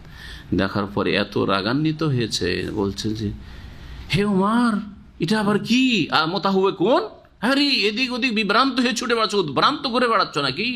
হ্যাঁ, এখনো কি হক পাওনি, সত্য পাওনি? আলাম ইয়াতিকুম বিহা বাইদা নাকিয়া, স্বচ্ছ আর পরিষ্কার পরিচ্ছন্ন দিন আর সুস্পষ্ট দিনকে আমি নিয়ে আসিনি? ওয়াল্লাহি, আল্লাহর শপথ করে বলছি, লাউ কানা মূসা হাইয়ান, এখন যদি মূসা আলাইহিস সালাম জীবিত থাকতেন, মা ওয়াসিয়াহু ইল্লা আন ইয়াত্তাবিআনি, তাহলে আমার অনুসরণ করা ছাড়া তার কোনো উপায় ছিল না। জি হ্যাঁ, অথচ তিনি রসুল, মূসা কালিমুল্লাহ রাসূলুল্লাহ। ঠিক কিনা? তাহলে এই আকীদা এখান থেকে বোঝা যে মমিন হইল জান্নাত যদি ভালো কাজ করে, আর ইহুদি ওরা ভুল কি বোঝাচ্ছে, যারা মমিন হইল আর যারা ইহুদি থাকলো, যারা সাবেই থাকলো, যারা খ্রিস্টান থাকলো, যদি ইমান ঠিক থাকে আর আখিরাতের প্রতি বিশ্বাস থাকে, ভালো কাজ করে, তাহলে কোনো ভয় নেই, কোনো চিন্তা নেই, তার মানে ইহুদিও জান্নাতি আর খ্রিস্টানও জান্নাতি। হ্যাঁ, এটা হচ্ছে কেমন বুঝা? ওস্তাদ ছাড়া বুঝা। এটা হচ্ছে ওস্তাদ ছাড়া বুঝা আর তাফসীর ছাড়া বুঝা। আর এই আয়াত রাসূলুল্লাহ সাল্লাল্লাহু আলাইহি ওয়াসাল্লামের প্রতি নাযিল হয়েছেন, সাহাবায়ে কেরাম রাসূল থেকে যেইভাবে আয়াতটা বুঝেছেন তাদেরকে উপেক্ষা করে বুঝা, স্বাধীন বুঝা, বিনা ওস্তাদে বুঝা। বিনা ওস্তাদে বুঝলে কি হয়? মেলা হাস্যকর গল্প আছে, তার মধ্যে একটি আছে উর্দু পড়ায় আমাদের দেশের মক্তবগুলিতে, তাই না? তো জামাতে নামাজ পড়লে হালকা পড়তে হয় ইমামকে, ঠিক না? লিখা আছে উর্দুতে হালকি পড়ে, তো হায় জবর না দিয়ে জের দিয়ে দিয়েছে, দিয়ে পড়েছে जब इमामत करे জামাত কি ইমামত করে তো হিল কে পড়ে, কারণ ওস্তাদের কাছে পড়েনি উর্দু। হ্যাঁ, কি পড়ছে? হিল কে পড়ে। হিল কে মানে তখন জামাত নামাজ শুরু করেছে, ইমাম আর ঝুঁকা শুরু করেছে। আমাদের যুগের ঘটনা, এক ছাত্র जब मैयत को दफन करे, কি আছে? जब मैयत को दफन करे, ছেলেটি পড়ছে আমাদের যুগের ছেলে ছাত্র, जब मैयत कुदफन करे, কি পড়ছে? মাইয়াত কো দফন, কো আলাদা, মাইয়াত কে, কো মানে কে, তাই না? দফন করবে তখন কি পড়বে? বিসমিল্লাহ ওয়া আলা মিল্লাতি রাসূল, ঠিক না? কিন্তু পড়ছে जब मैयत कुदफन करे, তখন বলছে যে তাহলে তো এর মানে কি হয়? মাইয়াত আবার কি করে কুদাকুদি করলো, মানে লাফালাফি, কুদফান তো বোঝা মানে লাফালাফি, ফাল দেওয়া আর কি। মাইয়াত কি করে লাফালাফি করবে? বুঝতে পারছেন? তো এইরকম হইল অবস্থা যারা স্বাধীনভাবে কোরআন বুঝতে চায়। হ্যাঁ, জার্নাল লাইনে লেখাপড়া করেছে আর বলছে আমি কোরআনে তফসির করছি, টিভিতে তফসির করছি, আমি ওই আমার ছাত্রদের তফসির করছি, আমার সংগঠন করে আমরা তফসির করি। হাওলা ওয়ালা কুওয়াতা ইল্লা বিল্লাহ। ইসলাম জানতে হবে ইসলামের উৎস থেকে। হ্যাঁ, রাসূলুল্লাহ সাল্লাল্লাহু আলাইহি ওয়াসাল্লাম এই আয়াত বুঝেছেন, সাহাবারা কিভাবে বুঝেছেন, তাবেঈনরা কি তাফসীর করেছেন, হ্যাঁ, সালাফে সালেহিন কি তাফসীর করেছেন, ইমাম ইবনে কাসির কি তাফসীর করেছেন, ইমাম ইবনে জারীর তাবরি কি তাফসীর করেছেন, ইমাম কুরতুবী কি তাফসীর করেছেন, সেগুলো দেখতে হবে। সবকে উপেক্ষা করে দেয়া কারো কথা আমি স্বাধীনভাবে বুঝবো, তাদের দশা এরকম হবে। তাহলে তাদের ভুল বুঝাটাকে স্পষ্ট করলে এখন সঠিক তাফসীর কি? যারা মুসলিম, ইন্নাল্লাযীনা আমানু মানে যারা জাতিতে মুসলিম আপনারা, আর যারা ইহুদি জাতিতে, যারা সাবেঈ জাতি, হ্যাঁ, এইরকম যারা খ্রিস্টান জাতি, আল্লাহ বলছেন মান আমানা বিল্লাহি ওয়াল ইয়াউমিল আখির। অন্য আয়াতে রয়েছে মান আমানা মিনহুম বিল্লাহি, সূরা বাকারাতে রয়েছে মান আমানা মিনহুম, তাদের মধ্য থেকে যারা সত্যিকার আল্লাহর প্রতি আর পরকালে ঈমান নিয়ে আসবে। আজকে বলেন অধিকাংশ খ্রিস্টান জগৎ, যারা খ্রিস্টানদের সাথে বসবাস করেছেন, তারা বস্তুবাদী, বস্তু ছাড়া কিচ্ছু বুঝে না, তারা আখিরাত পরকাল সম্পর্কে কোনো জ্ঞান রাখে না। তাহলে বস্তুবাদী নাস্তিক হয়, বস্তুবাদী আবার খ্রিস্টান হয় নাকি? কিন্তু জন্মসূত্রে খ্রিস্টান। যেমন আমাদের মুসলিম সমাজে যারা নাস্তিক, ইসলাম সম্পর্কে কিছুই জানে না, বরং ইসলামের বিরুদ্ধেও বলে অজ্ঞতার কারণে, তারা আসলে বস্তুবাদী। জাতিতে মুসলিম কিন্তু তারা বস্তুবাদী, হ্যাঁ, কমিউনিস্ট, আর না হলে বস্তুবাদী, আর না হলে সমাজবাদী, না হলে মাওবাদী, হ্যাঁ, মার্ক্সবাদী, বিভিন্ন বাদ বিশ্বাসী তারা, আসলে পুঁজিবাদী, সব বাদে বিশ্বাসী, ইসলামে বিশ্বাসী নয় তারা। মুসলিম একটি জাতি, ইহুদি একটি জাতি, সাবিয়া একটি জাতি, খ্রিস্টান একটি জাতি। মান আমানা বিনহুম বিল্লাহি ওয়াল ইয়াউমিল আখির, যারা ওদের মধ্য থেকে সত্যিকার আল্লাহর প্রতি ঈমান রাখবে, পরকালে বিশ্বাস করবে, যারা আল্লাহর পরকালে বিশ্বাস করে, আল্লাহর পাকড়াওকে ভয় করবে না, আল্লাহর সামনে হিসাব দিতে হয় ভয় করবে না, আখিরাতে বিশ্বাস করে আখিরাতে যেন প্রস্তুতি নেবে না, হ্যাঁ, আর আখিরাতে যেন প্রস্তুতি, আর ইমানকে সুন্দর করা, ইমানের কয়টি পিলার, ইসলামের কয়টি পিলার, এগুলি রাসূলুল্লাহর কাছ থেকে শিখতে হবে না? হ্যাঁ, তাহলে 5 ওয়াক্ত সালাত কায়েম করতে হবে না? কোন ইহুদি খ্রিস্টান 5 ওয়াক্ত সালাত আদায় করে? মুসলিমই করে না তো। হ্যাঁ, কোন খ্রিস্টান ইহুদি মুহাম্মদ রাসূলুল্লাহ শাহাদাত দান করে? তাহলে তারা কি করে এতে শামিল হবে? যারা তাদের মধ্য থেকে আল্লাহ পরকালে বিশ্বাসী, তার সাথে আরো বলছেন ওয়া আমিলা সালিহান, আর ভালো কাজ করে। ভালো কাজের দুটো শর্ত, নেক আমল হওয়ার জন্য কয়টা শর্ত? দুটো শর্ত। কি কি? এক, আল্লাহর জন্য হইতে হবে, আর শেষ রসুলের তরিকায় হইতে হবে। তাহলে ভালো কাজটির কোয়ালিটি কেমন হইতে হবে? আমার প্রিয় নবী মুহাম্মদ রাসূলুল্লাহ সাল্লাল্লাহু আলাইহি ওয়াসাল্লাম যেই তরিকার নামাজ পড়েছেন, যেই তরিকার ইসলাম পালন করেছেন, যেই রকম বিধিবিধান নিয়েছেন, সেই বিধিবিধান আপনাকে মেনে চলতে হবে। এটা হচ্ছে আমালে সালেহ। এটা যদি ইহুদির বাচ্চাও করে, খ্রিস্টানের বাচ্চাও করে, হিন্দুর বাচ্চাও করে, বুদ্ধিস্টের বাচ্চাও যদি এই আমল করে, তিনটি কাজ, আল্লাহর প্রতি ঈমান, পরকালের প্রতি ঈমান, আর ভালো কাজ, এই দুটি শর্ত ভালো কাজের সংজ্ঞায় যদি ভালো কাজ করে, তাহলে ফালা খাউফুন আলাইহিম, ইহুদির সন্তানের কোনো চিন্তা নেই, খ্রিস্টানের সন্তানের কোনো চিন্তা নেই। কোন পরিবারে জন্ম নেয় সেটা দেখার বিষয় নয়। হ্যাঁ, মুসলিম পরিবারে জন্ম নিল না কোথায় নাস্তিকের পরিবারে জন্ম, সেটা দেখার বিষয় নেই। ফালা খাউফুন আলাইহিম ওয়া লা হুম ইয়াহজানুন, তাদের কোনো ভয় নেই, তাদের কোনো চিন্তা নেই, সে মুসলিম। ঠিক কিনা? জি, আশা করি এই আয়াতের তাফসীরটা আপনারা বেশি বেশি মনে রাখবেন, যাতে করে কেউ বিভ্রান্তির শিকার না হন। বিশেষ করে মুসলিম সংখ্যালঘু যেসব দেশে, পশ্চিমা দেশে যারা বসবাস করে, কাফের সমাজ যারা বসবাস করে, তারা প্রভাবিত। ওদের মধ্যে চরিত্রবান আছে, ওদের মধ্যে অমায়িক লোক আছে, ওদের মধ্যে ভালো মানুষ আছে, সুদ খায় না, ঘুষ খায় না, কথার তাদের মূল্য রাখে। তারা কেন জাহান্নামে যাবে? বুঝে না আসলে। ওই আর্টিফিশিয়াল গাছের পাতা দেখে ধোকা খেয়ে যায়, আর সে করে যে শিরক আছে, কুফরি আছে, আর আল্লাহর দিনের অবমাননা আছে, কোরআনে কারীমের বাস্তবায়ন নেই, বিশ্বাস নেই, শেষ রাসূলকে বিশ্বাস করে না। তারপরে মনে করে তারাও তো ভালো কাজ করছে, কুপ্রভাব পড়ে একটা কাফের সমাজে বসবাসে। লাকাদ আখাযনা মিসাকা বানি ইসরাইল, তারপর আল্লাহ বলছেন নিঃসন্দেহে আমি বনি ইসরাইল থেকে অঙ্গীকার গ্রহণ করেছিলাম। ও আরসালনা, কি যে তারা দিন মেনে চলবে, হ্যাঁ, তাওরাতকে শক্তভাবে ধারণ করো, তাওরাত প্রতিষ্ঠিত করবে তোমরা। ও আরসালনা ইলাইহিম রাসূলা, এবং তাদের জন্য বহু রসুল প্রেরণ করেছিলাম, মূসা, ঈসা, এই জাকারিয়া, ইয়াহইয়া, আইয়ুব, ইউসুফ, ইউনুস, সব আম্বিয়া বনি ইসরাইল। কুল্লামা জাআহুম রাসূলুন, যখন যখন তাদের কাছে কোনো রাসূল এসেছে, বিমা লা তাহওয়া আনফুসুহুম, এমন কিছু নিয়ে যা তাদের মনোপুত না, লা তাহওয়া আনফুসুহুম, তাদের মনের উল্টো হয়, এটা মানা যাবে না, এটা কথা আপনার শোনা যাবে না। এইরকম যখনই হয়েছে ফারিকান কাযাবু, তখন একদল নবীকে তারা মিথ্যা প্রতিপন্ন করেছে, অমান্য করেছে, ওয়া ফারিকান ইয়াকতুলুন, আর এক দলকে তারা হত্যা করেছে, খুন করেছে। আম্বিয়া রাসূলগণকে ইহুদিরা খুন করেছে। আল্লাহ পাক কোরআনে কারীমের একাধিক আয়াতে বলেছে, তার মধ্যে এটি একটি আয়াত নম্বর 70। ওয়া হাসিবু আল্লা তাকুনা ফিতনাহ, আর তাদের ধারণা, আল্লাহ পাক রব্বুল বলছেন যে এই ইহুদি খ্রিস্টানদের ধারণা যে আল্লাহ তাকুনা ফিতনাহ, তাদের ওপর শাস্তি নেমে আসবে না।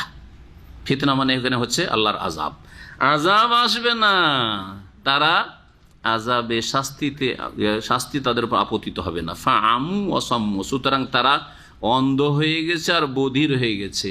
আমা অন্ধ ব্যক্তি বলে, ওখান থেকে আমু ফেল ক্রিয়া, আর আসাম বহিরা লোককে বধিরকে বলে, ওখান থেকে অসাম্মু। সুম্মা তাবা আল্লাহ আলাইহিম, অতঃপর আল্লাহ তাদের তওবা কবুল করেছেন, তওবার তৌফিক দিয়েছেন, ফিরে এসছে যখন আল্লাহ তাদের সাদরে গ্রহণ করেছেন তওবা। সুম্মা আমু, তো সংশোধন তওবা করার পরে এরকম হয়েছে। আবার কি হয়েছে? আবার অন্ধ হয়ে গেছে, আবার বধির হয়ে গেছে। কাসীর মিনহুম, তাদের অনেকে। মুসলিম সমাজেও অনেকেই হেদায়েত হচ্ছে, আবার গোমরাহ হয়ে যাচ্ছে। কিছুদিন হেদায়েত হয়েছিল, আবার দেশে গেছে, দেশে গিয়ে আবার ওই শিরক শুরু করে দিয়েছে, আবার বিদআত শুরু করে দিয়েছে। আবার গিয়ে দেশে গিয়ে দ্বিধাদ্বন্দ্বে পড়ে বলতে পারে, না রে, বিশ্বাস করছিলাম যে হ্যাঁ ওইটাই ঠিক, কিন্তু না, পীর ছাড়া জান্নাত পাওয়া যাবে না। আবার গিয়ে ঘুরে অনেকে নামাজ ধরছে কিছুদিনের জন্য, কিছু শোকের কারণে, বালা মুসিবতের কারণে হোক, অথবা ইসলামিক সেন্টারে এসে কিছুদিন নামাজ ধরেছে, তারপরে দেখা যায় আরে আবার ছেড়ে দিয়েছে নামাজ। আছে না? না এরকম আছে, অনেকে আছে। সহিহ আকীদা থেকে আবার বিভ্রান্ত হচ্ছে, বদনসিব। আর অনেকে সৎ জীবন থেকে অসৎ হয়ে যাচ্ছে, দিন শিখতো। আর এই লম্বা এক ছেলেকে দেখছে, এই লম্বা দাড়ি কিছুদিন দেখতাম, ইসলামিক সেন্টারে ঘুরতো, তার হঠাৎ করে একদিন দেখছি যে আরে ছেলেটা তো চেহারাটা ওইরকম লাগছে, দাড়িটাই নাই কেন, একেবারে কিছু নেই, দেশে গেছে সাপ। তো আমার দিকে দেখে চট করে চপটা ফিরিয়ে নিয়েছে। জি হ্যাঁ। পরে আবার কিছুদিন পরে দেখছি না একটু বড় হয়েছে, এখানে আসার পর দেখছেন না এখানে দাড়ি অনুকূলে পরিবেশ আছে, তখন দেখছেন না এখানে মান ইজ্জত বাঁচানো যাবে না। ছিছা অনেকে করেছে আশেপাশে মহল্লায় বাস করতো ছেলেটা, তো আবার দাড়ি একটু বড় করেছে, কিন্তু আগের মতো আর। তো এইরকম বহু লোক গুমরাহির শিকার হচ্ছে। এই জন্য নবী করিম সাল্লাল্লাহু আলাইহি ওয়াসাল্লাম বেশি বেশি দোয়া করেছেন কি? আল্লাহুম্মা মুকাল্লিবাল কুলুব সাব্বিত কলবি আলা দীনিক। আল্লাহ, হে অন্তরের হৃদয়ের আবর্তন বিবর্তনকারী, সাব্বিত কলবি আলা দীনিক, আমার অন্তরকে দিনের উপর প্রতিষ্ঠিত রাখো, অটল রাখো। এটা হচ্ছে বড় কথা। বড় কথা এই নয় যে কিছুদিন অনেক ভালো কাজ করেছেন, না, বড় কথা হচ্ছে যে একই কোয়ালিটির উপর, দিনের উপর ইস্তেকামা, সোজা পথে অবিচল থাকা, অটল থাকা জান্নাতের পথে। আল্লাহ পাক যেন আমাদের তৌফিক দান করেন। ওয়াল্লাহু বাসীরুম বিমা ইয়ামালুন, তারা যা কিছু করে তা সম্পর্কে আল্লাহ পাক সম্যক দ্রষ্টা। লাকাদ কাফারাল্লাযীনা ক্বালু ইন্নাল্লাহাল মাসীহু ইবনু মারইয়াম, এখান থেকে খ্রিস্টানদের কথা আল্লাহ পাক বয়ান করা শুরু করছেন। বলছেন নিঃসন্দেহে কাফের হয়েছে। ভালো করে শুনুন, আল্লাহ পাক বলছেন নিঃসন্দেহে কাফের হয়েছে।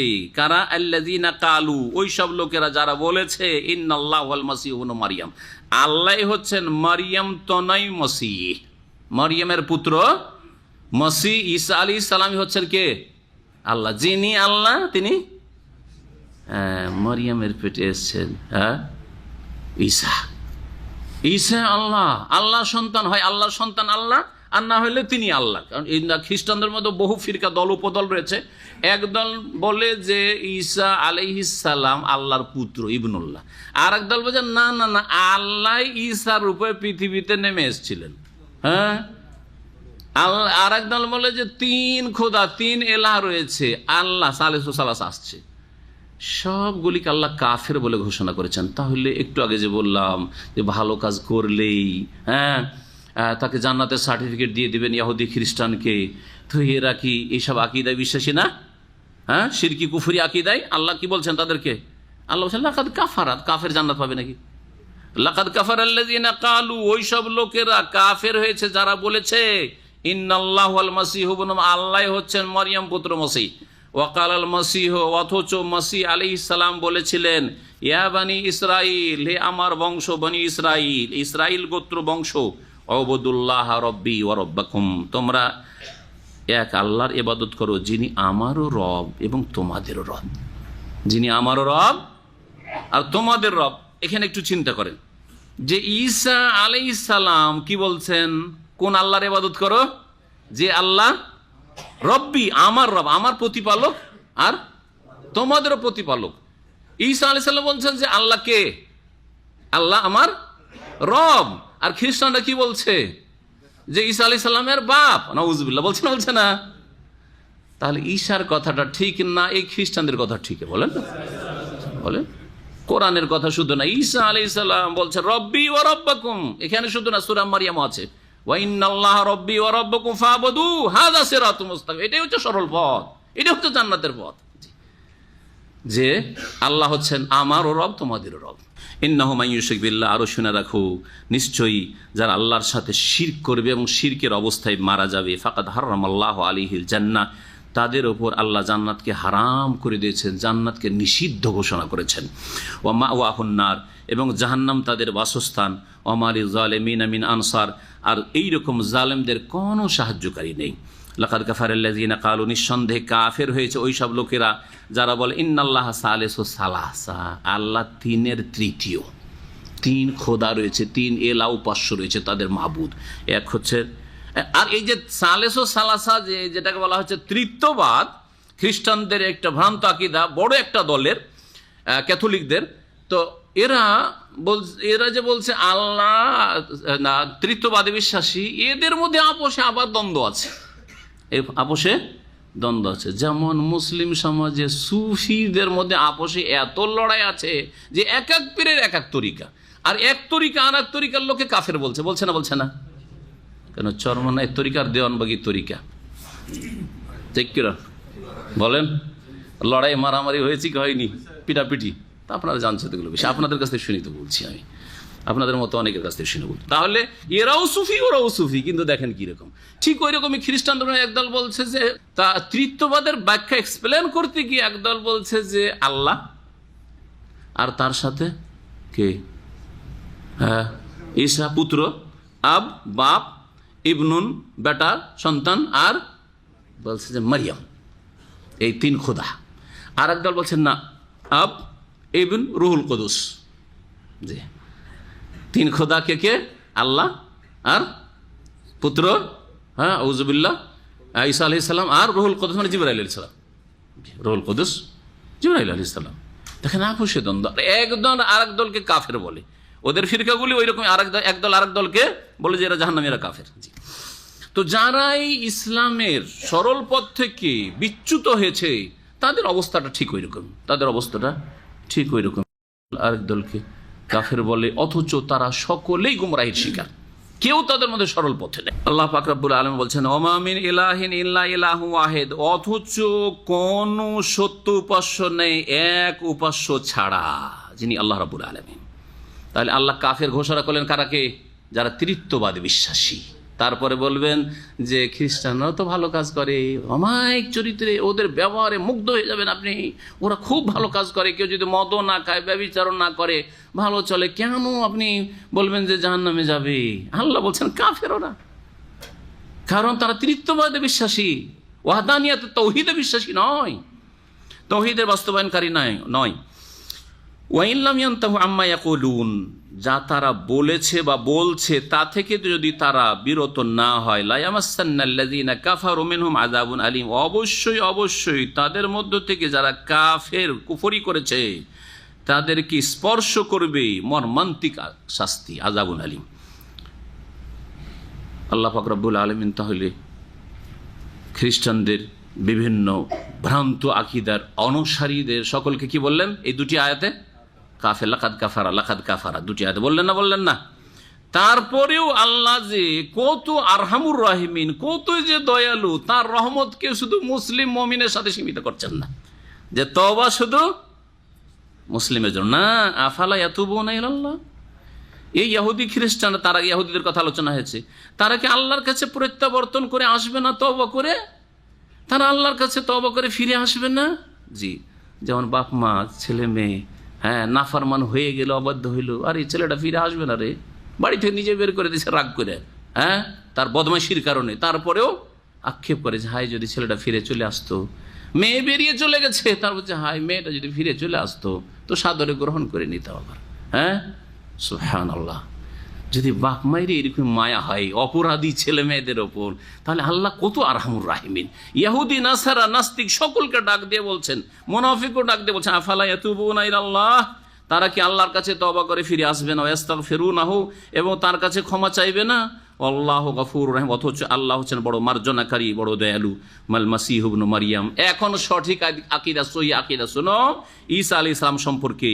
মারিয়াম পুত্র মাসি কিছুই নন, ইল্লা রাসূল, একমাত্র রাসূল ছাড়া, তিনি পুত্র নন আর ইলাহ নন, তিনি একজন রাসূল। কাদ খালাত মিন কাবলিহি রাসূল, তার পূর্বে অনেক রাসূল চলে গেছেন। ওয়া উম্মুহু সিদ্দিকা, এবং তার মাও কোনো ইলাহ নয়, তার মাও আল্লাহর স্ত্রী নয়, নাউজুবিল্লাহ, বরং তার মা হচ্ছেন সিদ্দিকা, আল্লাহর ওয়ালিয়া, আল্লাহর নেক বান্দি, অতি সত্যবাদী। কানা ইয়াকুলানি তাম, তারা মানুষ ছিল, আর মানুষ কোনোদিন উপাস্য মাবুদ হতে পারে, তাই তারা মানুষকে পানাহার করতে হয়, তারাও খাবার খেত। কানা ইয়াকুলানি তাম, মা আর ছেলে উভয়ে জি খাবার খেত। অনুজুর, চিন্তা করো, কাইফা নুবায়্যিনু লাহুমুল আয়াত, কিভাবে আমি তাদের উদ্দেশ্যে বিশদভাবে বর্ণনা করছি আয়াত সমূহ।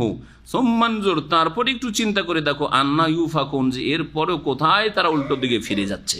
কুল, হে নবী বলে দাও, আতাবুদুনা মিন দুনিল্লাহ, তোমরা কি আল্লাহকে বাদ দিয়ে এমন কিছুর উপাসনা করবে, মা লা ইয়ামলিকু লাকুম দাররান ওয়ালা নাফা, যেগুলি তোমাদের ক্ষতি বা লাভের কোনো ক্ষমতা রাখে না।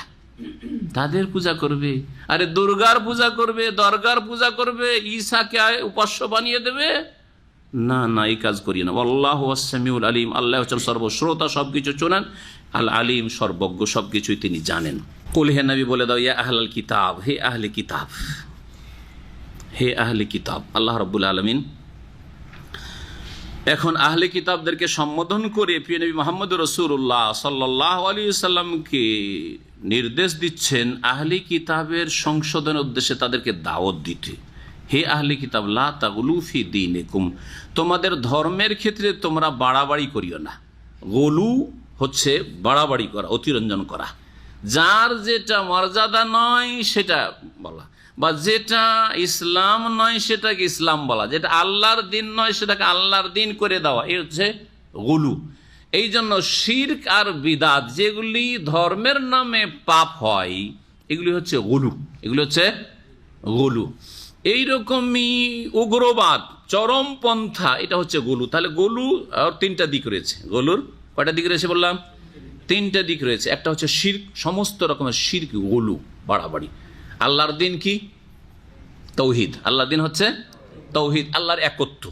আর যখন বহুত্ববাদ নিয়ে আসলেন সেটা হলো বাড়াবাড়ি, বাড়িয়ে দিলেন, এক আল্লাহর জায়গায় বহু আল্লাহ করে দিলেন। সে দুই করেন আর তিন করেন আর বহু করেন, 33 কোটি করেন হিন্দুদের মতো, সবকিছু পূজনীয়। এ হচ্ছে গোলু। সুফিদের মতো কবর মাজার সবগুলি হচ্ছে, সবাই দিতে পারে, আল্লাহও দিতে পারে, এ ওলিয়া উলিয়া গৌস কুতুবও দিতে পারে। কবর থেকে মরে যাওয়ার পরও তারা মরে না, মৃত বলা যাবে না, তারা জীবিত আছে। তারা বরং চোখের আড়াল হওয়ার পরে, তারা তো মরার কথা বলবে না, চোখের আড়াল হওয়ার পরে আরও নাকি এইসব আরও শক্তিশালী হয়ে যায়। জিলানি যতটা জীবদ্দশায় শক্তিশালী ছিলেন, আর খাজা মঈনুদ্দিন চিশতি যতটা জীবদ্দশায় শক্তিশালী ছিলেন, মরে যাওয়ার কবরে যাওয়ার পরে নাকি আরও শক্তিশালী, অসাধারণ ক্ষমতার মালিক। হ্যাঁ, সব কিছু পাওয়া যায় এখানে গেলে। জি, এগুলো হচ্ছে ওলু, সমস্ত রকমের শিরক।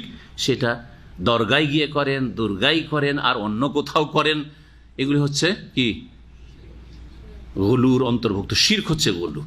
বিদাত, ধর্মের নামে আল্লাহর দিনে নেই, আর সেটাকে আপনি ধর্ম হিসাবে পালন করছেন। সুতরাং মিলাদ, ঈদ কয়টি আছে? দুইটা, ঈদ উল ফিতর আর ঈদ উল আজহা। ঈদ মানে হচ্ছে উৎসব। ঈদ মানে কি? ঈদ আরবি ভাষা, বাংলায় হচ্ছে উৎসব। ঈদে মিলাদুন নবী, তিনটা করলেন, তাহলে এটা হলো কি? গোলু। এটা গোলু। আপনার জন্মবার্ষিকী, গোলু।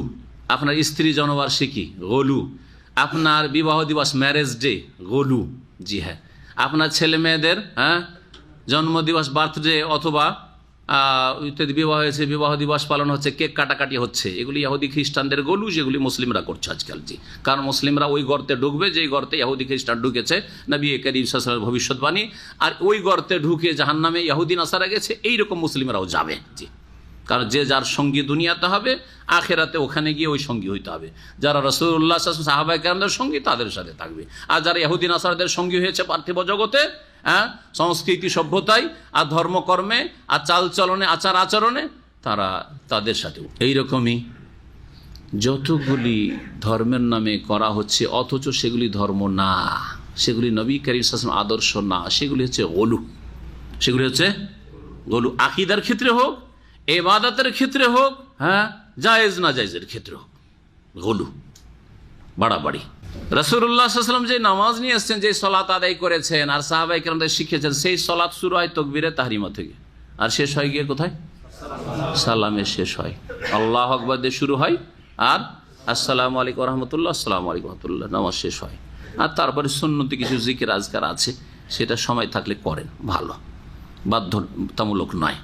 আপনি এখন স্বাধীন যেতে পারেন। কিন্তু আমাদের দেশি নামাজ, ভারত, বাংলাদেশ, পাকিস্তানের অধিকাংশ মসজিদের নামাজ গলুতে ভরা। বলেন গলুগুলি। নিয়ত পড়া আগে কোনটা পড়ে? জায় নামাজের দোয়া না নিয়ত? কারণ আপনারা যেহেতু ভুক্তভোগী ওই সব সমাজের থেকে জানেন, আমরা আলহামদুলিল্লাহ আল্লাহ জন্মসূত্রে আলহামদুলিল্লাহ ওই সহিহ আকীদার পরিবারে জন্ম না, ওই সব নামাইতর কাছেও যায়নি। তো আগে কি করে? জায় নামাজের দোয়া 1 নম্বর গলু, 2 নম্বর নামাইতো পড়ার গলু, উচ্চারণ করে। নিয়ত এখানে হয়, মুখে করবে গলু, এইখান থেকে নিয়ে আসলেন ওইখানে, যে নিয়ত করা যথেষ্ট না, মুখে না, অন্তরে যথেষ্ট না, মুখে আমাকে নামাইতো পড়তে হবে। জি। আর প্রত্যেক নামাজের জন্য আলাদা আলাদা গিয়ার চেঞ্জ করতে হবে। সালাতুল জোহরে ফরজ হলে ফারিজাতাল লিল্লাহ, সুন্নত হলে সুন্নাতে রাসূলিল্লাহ বা ইত্যাদি এসব বলতে হবে। আর বাংলা ভাষী হইলে তাহলে আরও উন্নত, মাশাআল্লাহ, আরবিতে করতে হবে। ইন্ডিয়ান, পাকিস্তানি, উর্দু ভাষীরা তো খুব সহজ করে নিয়েছে ধর্মকে, তখন বেদাতিরা, ওদের বেদাতিরা। मैं नियत करता हूँ वास्ते अल्लाह के 4 রাকাত জোহর কি ফরজ নামাজ, কিবলা রুখ হোকার, আল্লাহ। এটা হচ্ছে উর্দুর নিয়ত, ইন্ডিয়ান পাকিস্তানি উর্দু ভাষীদের। কিন্তু বাঙালি নামাইতো আন ওসাল্লিয়া লিল্লাহি তাআলা, সালাত জোহরি ফরিজাত আরবা রাকাতিন ফরিজাতাল লিল্লাহি মুতাওয়াজ্জিহান ইলাল কাবাতি শরীফাতে, কাবার দিয়ে মুখ করে। পিছন দিক কেন বললেন না? ডান দিক কেন বললেন না? ইয়াসার, বাম দিক কেন বললেন না? ফৌক আসামা, উপরে, তাহাত আল আরদ, এইসব কেন বললেন না? শুধু কি মুতাওয়াজ্জিহ কাবাতি শরীফাত, তারপরে আল্লাহু আকবার। আচ্ছা, যদি মুক্তাদি হয় তাহলে গলু। কি গলু? ইখতিদা তো বেহাজাল ইমামের গলু। আর ইমাম হইলে ইমামের গলু, আনা ইমামুল লিমান হাজারা ওয়াল্লাম ইয়াহজুরুল গলু, আরো গলু। নবী করিম সাল্লাল্লাহু আলাইহি ওয়াসাল্লামের সাহাবী আব্দুল্লাহ বিন ওমর বলছেন যে আমরা হাজওয়া মানকাবাই, কাঁধ পর্যন্ত হাত উঠাইতাম। আর একটা হাদিস আছে যে কানের লতি পর্যন্ত, এতটুকু হয়, এতটুকু, আর না হলে এতটুকু। আমাদের দেশের লোকেরা কান তো ধরতে হবে, তোবা তাহির করে, আমাদের আঞ্চলিক ভাষা তোবা তাহির করে নামাজটা শুরু করবে, কান ধরে। এটাও বিদাত, এটাও গলু। তুই এতগুলি গলু দিয়ে নামাজ শুরু করলেন, আর আল্লাহ বলছেন লা তাগলু ফি দীনিকুম, তোমাদের ধর্মের ব্যাপারে গলু, বাড়াবাড়ি করিও না। এই বাড়াবাড়ির অধিকার কে দিল? বাড়াবাড়ি করিও না। শেষখানেও থামলেন না, শেষে গলু। জি। সালাম ফিরার পরে কপালে হাত, গলু। জি হ্যাঁ। তারপরে মোনাজাত, গলু। বেশ কিছু নতুন নতুন। কালকে দেখছি এক পাকিস্তানিকে, পাকিস্তানি ড্রেস আছে, পাকিস্তানি, আল্লাহ জানে, হয়তো ইন্ডিয়ান হইতে পারে, পাকিস্তানি ড্রেস আছে, পাকিস্তানি হবে হয়তো। দেখছি যে ও একটা সিজদায় পড়লো, সালাম ফিরা হয়ে গেছে সুন্নত থেকে। আমি জিকির আজকার করে সুন্নতটা শুরু করেছি, যখন ও সিজদা শুরু করলো। আমার 2 রাকাত সুন্নত প্রায় পড়া হয়েই গেল, সালাম ফিরতে তার আগে পর্যন্ত ও সিজদাই পড়ে থাকলো, সেজদায় পড়ে থাকলো। এইরকম মাঝে মধ্যে এই মসজিদেও দেখি, এখানকার কথা বলছি, এই মসজিদে দেখি এসব ইন্ডিয়ান, পাকিস্তানি, বাংলাদেশিদের রোগ। জি, সেজদায় পড়ে থাকলো, শুধু একটা সেজদা। এই রকমের কোন সেজদা, তেলাওয়াতের সেজদা ছাড়া আর শুকরের সেজদা ছাড়া কোনো সেজদা নেই। ভালো করে শুনে রাখুন, কেউ প্রমাণ দিতে পারবে না। যেখানে সেজদার ফজিলত বলা হয়েছে মানে নফল সুন্নত নামাজ, আল্লাহকে সেজদা করলে মর্যাদা উঁচা হয়, মানে সুন্নত নফল নামাজ পড়লে। সুতরাং নফল নামাজ বিহীন কোনো সিজদা নাই, 2 সিজদা ছাড়া। ভালো করে মনে, কি কি সিজদা? তেলাওয়াত 15টি জায়গায় সিজদা, শুকরানা, খুশির খবর এসছে, মাশাআল্লাহ ছেলে হয়েছে, একটা সাথে সাথে সিজদা করেন। অথবা স্যালারি বেড়েছে, সিজদা করেন। আলহামদুলিল্লাহ, কোনো একটা ভালো কাজ হয়েছে, ছেলে মেয়ে উন্নতি করেছে ইত্যাদি, চাকরি লেগেছে অথবা কিছু হয়েছে, ভালো রেজাল্ট করেছে, সিজদা করে। শুকুর, সিজদায় শুকুর। সেজদা শুকুর। সেজদার নামাজ আমাদের সেজদার নামাজের চাইতে সঠিক দলিল ভিত্তিক হচ্ছে সেজদা শুকুর। তাছাড়া এমনি আমি সেজদা করে কিছু আল্লাহকে ডাকবো, দোয়া করে মোনাজাত করবে সেজদায় পড়ে পড়ে, না, নামাজের ভিতরে সেজদা করতে হবে। তাহলে নামাজ পড়ে না সেজদাতে দোয়া করেন, নামাজবিহীন এই সেজদা হচ্ছে গুলু, বাড়াবাড়ি, বিদাতি সেজদা, এ হচ্ছে গুলু। তাহলে নামাজের পরে কত গুলু, এই তো নামাজ। রোজাতে নাওয়াইতা নাসুমা গাদান, গুলু গুলু আর গুলু। হজে গুলু আর গুলু। গিয়ে হাজরে অসৎ চুমা নাই, কাবার যেখানে সেখানে চুমা। প্রথম কাবা পৌঁছিতে পারিনি, এখন মেন গেটে, এই মেন গেটে পৌঁছেছে, ওখানে গিয়ে দিল একটা চুমা। জি হ্যাঁ, হ্যাঁ, মক্কায় চুমা দিলাম, মদিনায় ছাড়বো? মদিনায় গিয়ে যেখানে সেখানে চুমা। আমার চোখের সামনে এক মহিলা চুমা দিচ্ছে, একটু ভালো করে ঠান্ডা মেজাজে বুঝাবার চেষ্টা করলাম। 1 বছর ডিউটি করেছিলাম হারামে, নবী সাল্লাল্লাহু আলাইহি ওয়াসাল্লামের কবরের পাশে, ওই বাবে জিবরিল দিকে ডিউটি করছিলাম। তো এক মহিলা এসে দিল, এসে এমনি দেয়ালের চুমা, দরজার উপরে চুমা দিল। নতুন নতুন দরজাগুলি তখন বাদশাহ ফাহাদের যুগে তৈরি হয়েছিল, মানে এক্সটেনশন হয়ে, আর দেখতেও সুন্দর লাগছে, একবার মনে হচ্ছে গোল্ড লাগানো আছে, আসলে গোল্ড না, ওগুলো পিতল।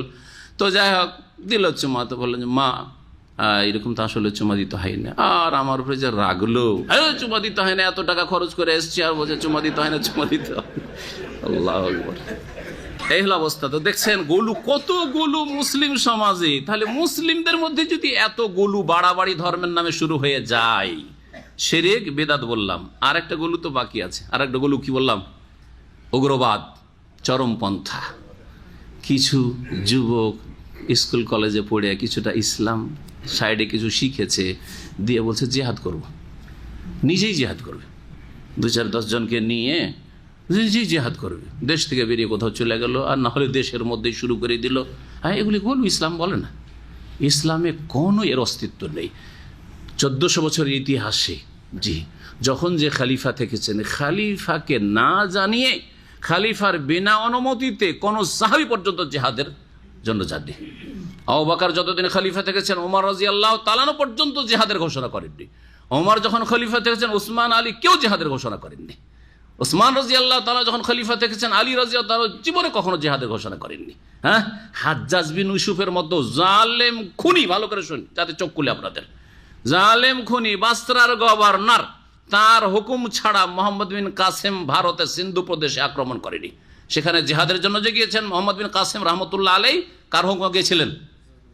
হাজ্জাজ বিন ইউসুফের নির্দেশে গভর্নর, আর গভর্নরের উপরে রয়েছে সে বনু উমাইয়ার শাসক, যে দামেশকে বসে আছে আব্দুল মালিক বিন মারওয়ান বা আর কেউ, তার ছেলেরা, তার হুকুমে। এই জন্যই তো যখন বিজয়ের পর বিজয়, বিজয়ের পর বিজয়, আর হিন্দুরা তো দেখলো যে আরে জালেম রাজাদেরকে আমাদেরকে কর দিতে হইতো, নারীদের ইজ্জত দিতে হইতো, মেয়েদেরকে বলি দিতে হইতো, এইসব জুলম অত্যাচার সব দূরে হয়ে গেছে, জুলমের অবসান ঘটেছে। এ তো আকাশ থেকে দেবতা নেমে এসছে মোহাম্মদ বিন কাসেম। জীবনী পড়ে দেখেন মোহাম্মদ বিন কাসেম। হিন্দুরা ভারতের সিন্ধু প্রদেশের বলতো যে আকাশ থেকে ভগবান ঈশ্বর দেবতা পাঠিয়েছে মোহাম্মদ বিন কাসেমকে, এই দেবতাকে যেতে দেবো না। বলছে আপনি থাকেন, আপনি থাকেন। বলছেন না, গভর্নরের আদেশ হয়েছে। এক খলিফা মরার পরে আর এক খলিফা হয়েছে, হ্যাঁ, সম্ভবত সুলাইমান বিন আব্দুল মালিক অথবা আর কেউ, আব্দুল মালিকের আর এক ছেলে। এর আক্রোশ ছিল মোহাম্মদ বিন কাসেমের ওপর। ফিরিয়ে ডাকলো, ফেরত এসো তুমি। আরে ওখানে জিহাদ চলছে, আলহামদুলিল্লাহ, ওখানে ইসলাম প্রচার হচ্ছে, সারা গোটা ভারত মুসলিম হয়ে যেত যদি সেই সময় ছেড়ে দেওয়া হইতো। কিন্তু আল্লাহ পাকের ফয়সালা নেই, আর কিছু আছে এই হেকমতেই, এই জালেম শাসক ফিরে আসো, গো ব্যাক। ফিরে চলে আসলো, তাকে খুন করে দিল। মোহাম্মদ বিন কাসেম রহমতুল্লাহ আলীকে, এই যুবক মুজাহিদকে খুন করে দিল। এই করেনি, বিদ্রোহ ঘোষণা করে, আর আমি যাব না, চলে এসছি, আর যাব না, এখানে আমি একটা বিশাল একটা সুযোগ সুবিধা পেয়ে গেছি, আর ইসলামের প্রচার, আসলে ইসলামের প্রচার হচ্ছিল।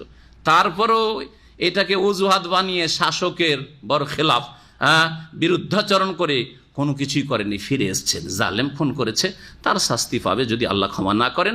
আর যিনি মজলুম হয়ে নিহত হয়েছেন, সে আল্লাহ পাক যেন তাকে শাহাদাতের মর্যাদা দান করেন। জি হ্যাঁ, এ হচ্ছে ইসলাম, এ হচ্ছে জিহাদ ফি সাবিলিল্লাহ। হ্যাঁ, জিহাদ ফি সাবিলিল্লাহ মানে মুফতি বেরিয়ে যাবে, হ্যাঁ, জিহাদের কথা বলে জেল খাটবে, এইটা ইসলাম নয় আসলে। আল্লাহ পাক হেদায়েত দান করেন এদেরকে, আল্লাহ পাক এদের হেদায়েত দান করেন, এবং এই উগ্রবাদী চরমপন্থীদের অনিষ্ট থেকে আল্লাহ পাক মুসলিমদেরকে রক্ষা করেন। তাহলে গোলু আশা করি বুঝতে পারলেন, গোলুর 3টা দিক আছে। এই 3 গুমরাহি থেকে বাঁচতে, ধর্মের নামে গুমরাহি, শিরিক থেকে, বিদআত থেকে, উগ্রবাদ থেকে। লা তাগলু ফি দীনিকুম গায়রা, মধ্যমপন্থী মুসলিম হবেন, আল্লাহর ফরজ ওয়াজিব আদায় করবেন তৌহিদের সাথে, সুন্নতের সাথে, হারাম নাজায়েজ থেকে বেঁচে থাকবেন তৌহিদ সুন্নতের সাথে। এটা হচ্ছে দ্বীন ইসলাম। আপনাকে যতটা দায়িত্ব দেওয়া হয়েছে সেটা পালন করবেন, আপনি অন্যের দায়িত্ব কেড়ে নেবেন না। চোরের হাত কাটতে হবে এটা তফসির করা আমার কাজ, কিন্তু চোরের হাত কাটতে হবে কাটাটা আমার কাজ, এটা শাসকের কাজ। তফসির করেছি না করি না? তফসির আমি করেছি, কিন্তু আমার সামনে যদি চোর ধরা পড়ে আমি কাটবো নাকি? অপরাধ, আমি উগ্রবাদী, আমার এটা কাজ না, এটা শাসকের কাজ। তার উপর ফরজ, আমার ফরজ আল্লাহ জিজ্ঞেসই করবে না কিয়ামতের দিন আমাকে, আপনাদেরকে জিজ্ঞেস করবেন, শাসককে জিজ্ঞেস করবে আল্লাহ পাক বলেন কেন চোরের হাত কাটো। লা তাগলু ফি দীনিকুম গায়রাল হাক্কি, সত্য ছাড়া তোমরা তোমাদের দিনের ব্যাপারে বাড়াবাড়ি করিও না। ওয়ালা তাত্তাবিউ আহওয়া কওমিন, আর এমন সম্প্রদায়ের কুপ্রবৃত্তির অনুসরণ করিও না, কাদ দাল্লু মিন কাবলু, যারা পূর্বেই পথভ্রষ্ট হয়েছে। ওয়া আদাল্লু কাসিরান, অনেককে পথভ্রষ্টও করেছে। ওয়া দাল্লু আন সাওয়াইস সাবিল, আর সরল পথ থেকে তারা বিচ্যুত হয়েছে। ইহুদি খ্রিস্টান, তাদের অনুসরণ করিও না, অনুকরণ করিও না। তারপরে আল্লাহ পাক রব্বুল আলামিন যে লানত অভিসম্পদ করেছেন ইহুদিদের ওপর বেশ কিছু আম্বিয়া রসুলগণের ভাষায়, তাদের মাধ্যমে আল্লাহ পাক তা বর্ণনা করেছিল। ইন্নাল্লাযীনা কাফারু মিন বানি ইসরাঈল, বনি ইসরাইলদের যারা কুফরি করেছিল তাদের ওপর অভিসম্পদ করা হয়েছিল আল্লাহর পক্ষ থেকে, আলা লিসানে দাউদ ওয়া ঈসা ইবনে মারইয়াম, দাউদ আলাইহিস সালাম এবং মারইয়াম পুত্র ঈসা আলাইহিস সালামের জবানে, মানে তাদের মাধ্যমে, তাদের ভাষায় প্রকাশ করা হয়েছিল যে তোমাদের আল্লাহ লানত করেছেন। দাউদ আলাইহিস সালাম বলেছেন, হে ইহুদিরা, হে বনি ইসরাইল, ঈসা আলাইহিস সালাম বলে তোমাদের আল্লাহ লানত করেছেন তোমাদের চালচলনের দোষেই। কেন লানত হয়েছিল? যালিকা বিমা আসাউ, কারণ তারা বিরুদ্ধাচরণ করেছিল, অবাধ্য হয়েছিল। ওয়া কানু ইয়াতাদুন, আর তারা সীমা লঙ্ঘন করেছিল। এখন সীমা লঙ্ঘন আর বিরুদ্ধাচরণ পার্থক্যটা কি বা তফসির কি?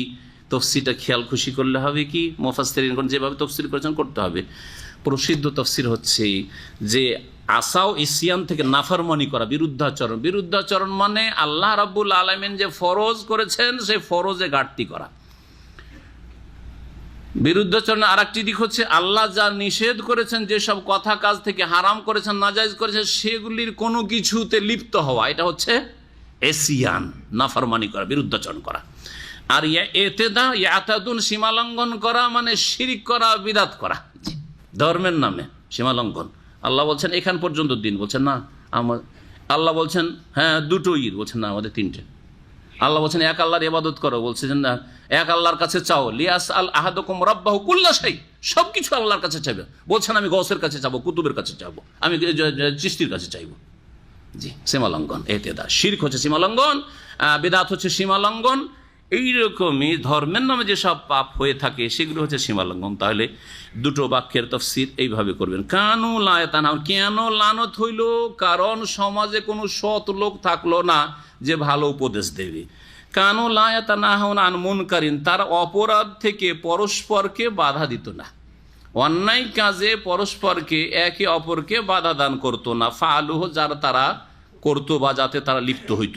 লা বিসা মা কানু ইয়াফআলুন, তারা যা করতো তা বড়ই জঘন্য করতো। কিরকমটা ছিল এই মনে বেশ কিছু হাদিস এসছে। বলছে যে বনি ইসরাইলের মধ্যে যখন বিভিন্ন পাপ ছড়িয়ে পড়লো, তখন সমাজের কিছু ভালো মানুষ আছে, তার প্রথম নিষেধ করলো, কিন্তু তারা মানতে চাইল না। যখন মানতে চাইল না, তো দ্বীনের নির্দেশ কি? যখন মুনকার, ইসলাম বিরোধী, আল্লাহর দ্বীন বিরোধী কোনো কাজ দেখবেন, তখন বল প্রয়োগ করে বাধা দেবেন। সেটা যদি না করতে পারেন তো সহিহ মুসলিমের হাদিস কি করবেন? কথার দ্বারা বাধা দেবেন। সেটাও যদি না করতে পারেন তাহলে অন্তর থেকে ঘৃণা করে তাদেরকে বর্জন করবেন আর তাদের সঙ্গ বর্জন করবেন, ঠিক না? কিন্তু এরা করলো কি? যখন বনি ইসরায়েলের মধ্যে ফাসাদ এইরকম সৃষ্টি হলো, পাপাচারে লিপ্ত হলো বনি ইসরায়েলরা, তাদের কিছু ভালো মানুষরা প্রথম নসিহত করলো, বাধা দেওয়ার চেষ্টা করলো। যখন মানলো না, তখন আত্মীয়তা আপন অবস্থায় ঠিক রাখলো, সম্পর্ক ঠিক, তখন তাদের সাথে উঠা বসা করতে লাগলো, খাওয়া দাওয়া, দাওয়াত নেওয়া, আর তাদের সাথে আন্তরিকতা রাখা, সব কিছু বজায় রাখলো। আল্লাহ রাব্বুল আলামিন সৎ ও অসৎ, এরা সৎ হইলেও যেহেতু পাপকে আর পাপীকে ঘৃণা করলো না, তাদের সঙ্গ দিল, তাদের সাথে একাকার হয়ে গেল, সবগুলির উপর লানত করলেন আল্লাহ রাব্বুল আলামিন। মুসলিম সমাজও ঠিক ওই রকমই। দেশে গ্রামে যদি পাপ হয়, তাহলে গ্রামের যারা মাতাব্বর রয়েছে, দায়িত্বশীল রয়েছে, যাদের শাসন ক্ষমতা রয়েছে বা যাদের প্রভাব রয়েছে, তাদের ফরজে সংশোধন করে সংস্কার করে, যদি না করে আর তাদের সাথে আবার মিলেমিশে থাকে, তাদের থেকে সম্পর্ক ছিন্ন না করে, তাহলে আল্লাহর আযাব সকলের উপর আসবে। একটি পানি জাহাজের মতো নবী সাল্লাল্লাহু আলাইহি ওয়াসাল্লাম উপমা দিয়ে বুঝিয়েছেন, সহিহ বুখারী মুসলিমে রয়েছে, জানেন না হাদিস? শুধু ইঙ্গিত করছে, কি বলেছেন? 2 তলা পানি জাহাজ, আর নিচে তলায় যেসব লোকেরা ফুটো করছে পানি নেওয়ার জন্য, নিচে থেকে পানি নেবে, কি দরকার? উপরে পানি আছে, উপরে যাওয়ার দরকার কি? উপরের লোকের নিচে নেমে যদি হাত পা ধরে কোনো রকম করে যেইভাবে হোক না কেন এদেরকে বাধা দেয়, তাহলে জাহাজটা ডুবা থেকে বাঁচবে তো সকলেই বাঁচবে। আর যদি বলে যে আদা খাবি স্বাদ পাবি, নিচে ফুটা করছি তোরা ডুবা, আমরা তো দোতলায় আছি, বলেন তাহলে হালাকু ও হালাকু জামিয়ান, সকলে ধ্বংস হবে। তো এই যে সমাজের ভালো মানুষরা যদি বোবা শয়তান হয়ে যায়, বুঝছে, আদা খাবি স্বাদ পাবি, তোরা জাহান্নামে যা, আমাদেরকে, আমরা তো নামাজ রোজা করছি, ঠিক না? এইরকম যদি আমাদের দেশে বুড়া মোল্লাগুলো দেখেন, বুড়া মোল্লা নিজে নামাজ পড়ে, সব কিছু করে, বুড়ি পর্দা করে, বুড়ি বোরকা পড়ছে, ওর বউরা কেউ পর্দা করে না, ওর মেয়েরাও পর্দা করে না, কলেজ ইউনিভার্সিটির লেকচারার প্রফেসর ইত্যাদি বেহায়া, হ্যাঁ, আর নামাজও পড়ে না, আর মোল্লা টুপি ছাড়ে না, মোল্লা মসজিদ ছাড়ে না, জান্নাত পাবে? না না না, সব ধ্বংস হবে, সব ধ্বংস হবে, হালাকু জামিয়া, সব ধ্বংস। তারা কাসীরাম মিনহুম, আল্লাহ বলছেন তাদের অনেককে তুমি দেখতে পাবে, ইয়াতাওয়াল্লাউনাল্লাযিনা কাফারু, তারা কাফেরদের সাথে বন্ধুত্ব রাখে। সমাজের ভালো মানুষ ছিল, কিন্তু যারা অপরাধী, কাফের, পাপিষ্ট, যাদের ভ্রান্ত আকীদা, শিরক, তাদের সাথে বন্ধুত্ব রাখে। একজন আপনি মুসলিম, তাওহীদ শিখলেন, আর তারপরে যারা শিরকি আকীদা রাখে, কবর মাজা আকীদা, তার সাথে বন্ধুত্ব, তার ছেলেকে আপনার মেয়ে দিলেন, মেয়ে যদি উঠিয়ে নিয়ে আসেন তাদের, যে হেদায়েতের পথে নিয়ে আসবে, সেটা আলাদা কথা। কিন্তু একটা শিরকের ঘরে, মুশরিকের ঘরে আপনি মেয়ে দিচ্ছেন, আজকাল কবর পূজারীদের ঘরে মেয়ে দিচ্ছেন, অনেকে পয়সা দেখে, শুধু টাকা দেখে, শহরে বাড়ি, সুযোগ সুবিধা আছে, সুখে থাকবে আমার মেয়েটা, ঘাসপাত দেখে ছাগল বাঁধতে হয়, এটা আমাদের দেশের মূর্খদের কথা। তাহলে তাকে জাহান্নামের দিকে ঠেলে দিলেন আপনার মেয়েটাকে ওই ঘরে দিয়ে। জি, কারণ মেয়ে কমজোর, সেখানে গিয়ে ওদের আকীদা গ্রহণ করবে দ্রুত।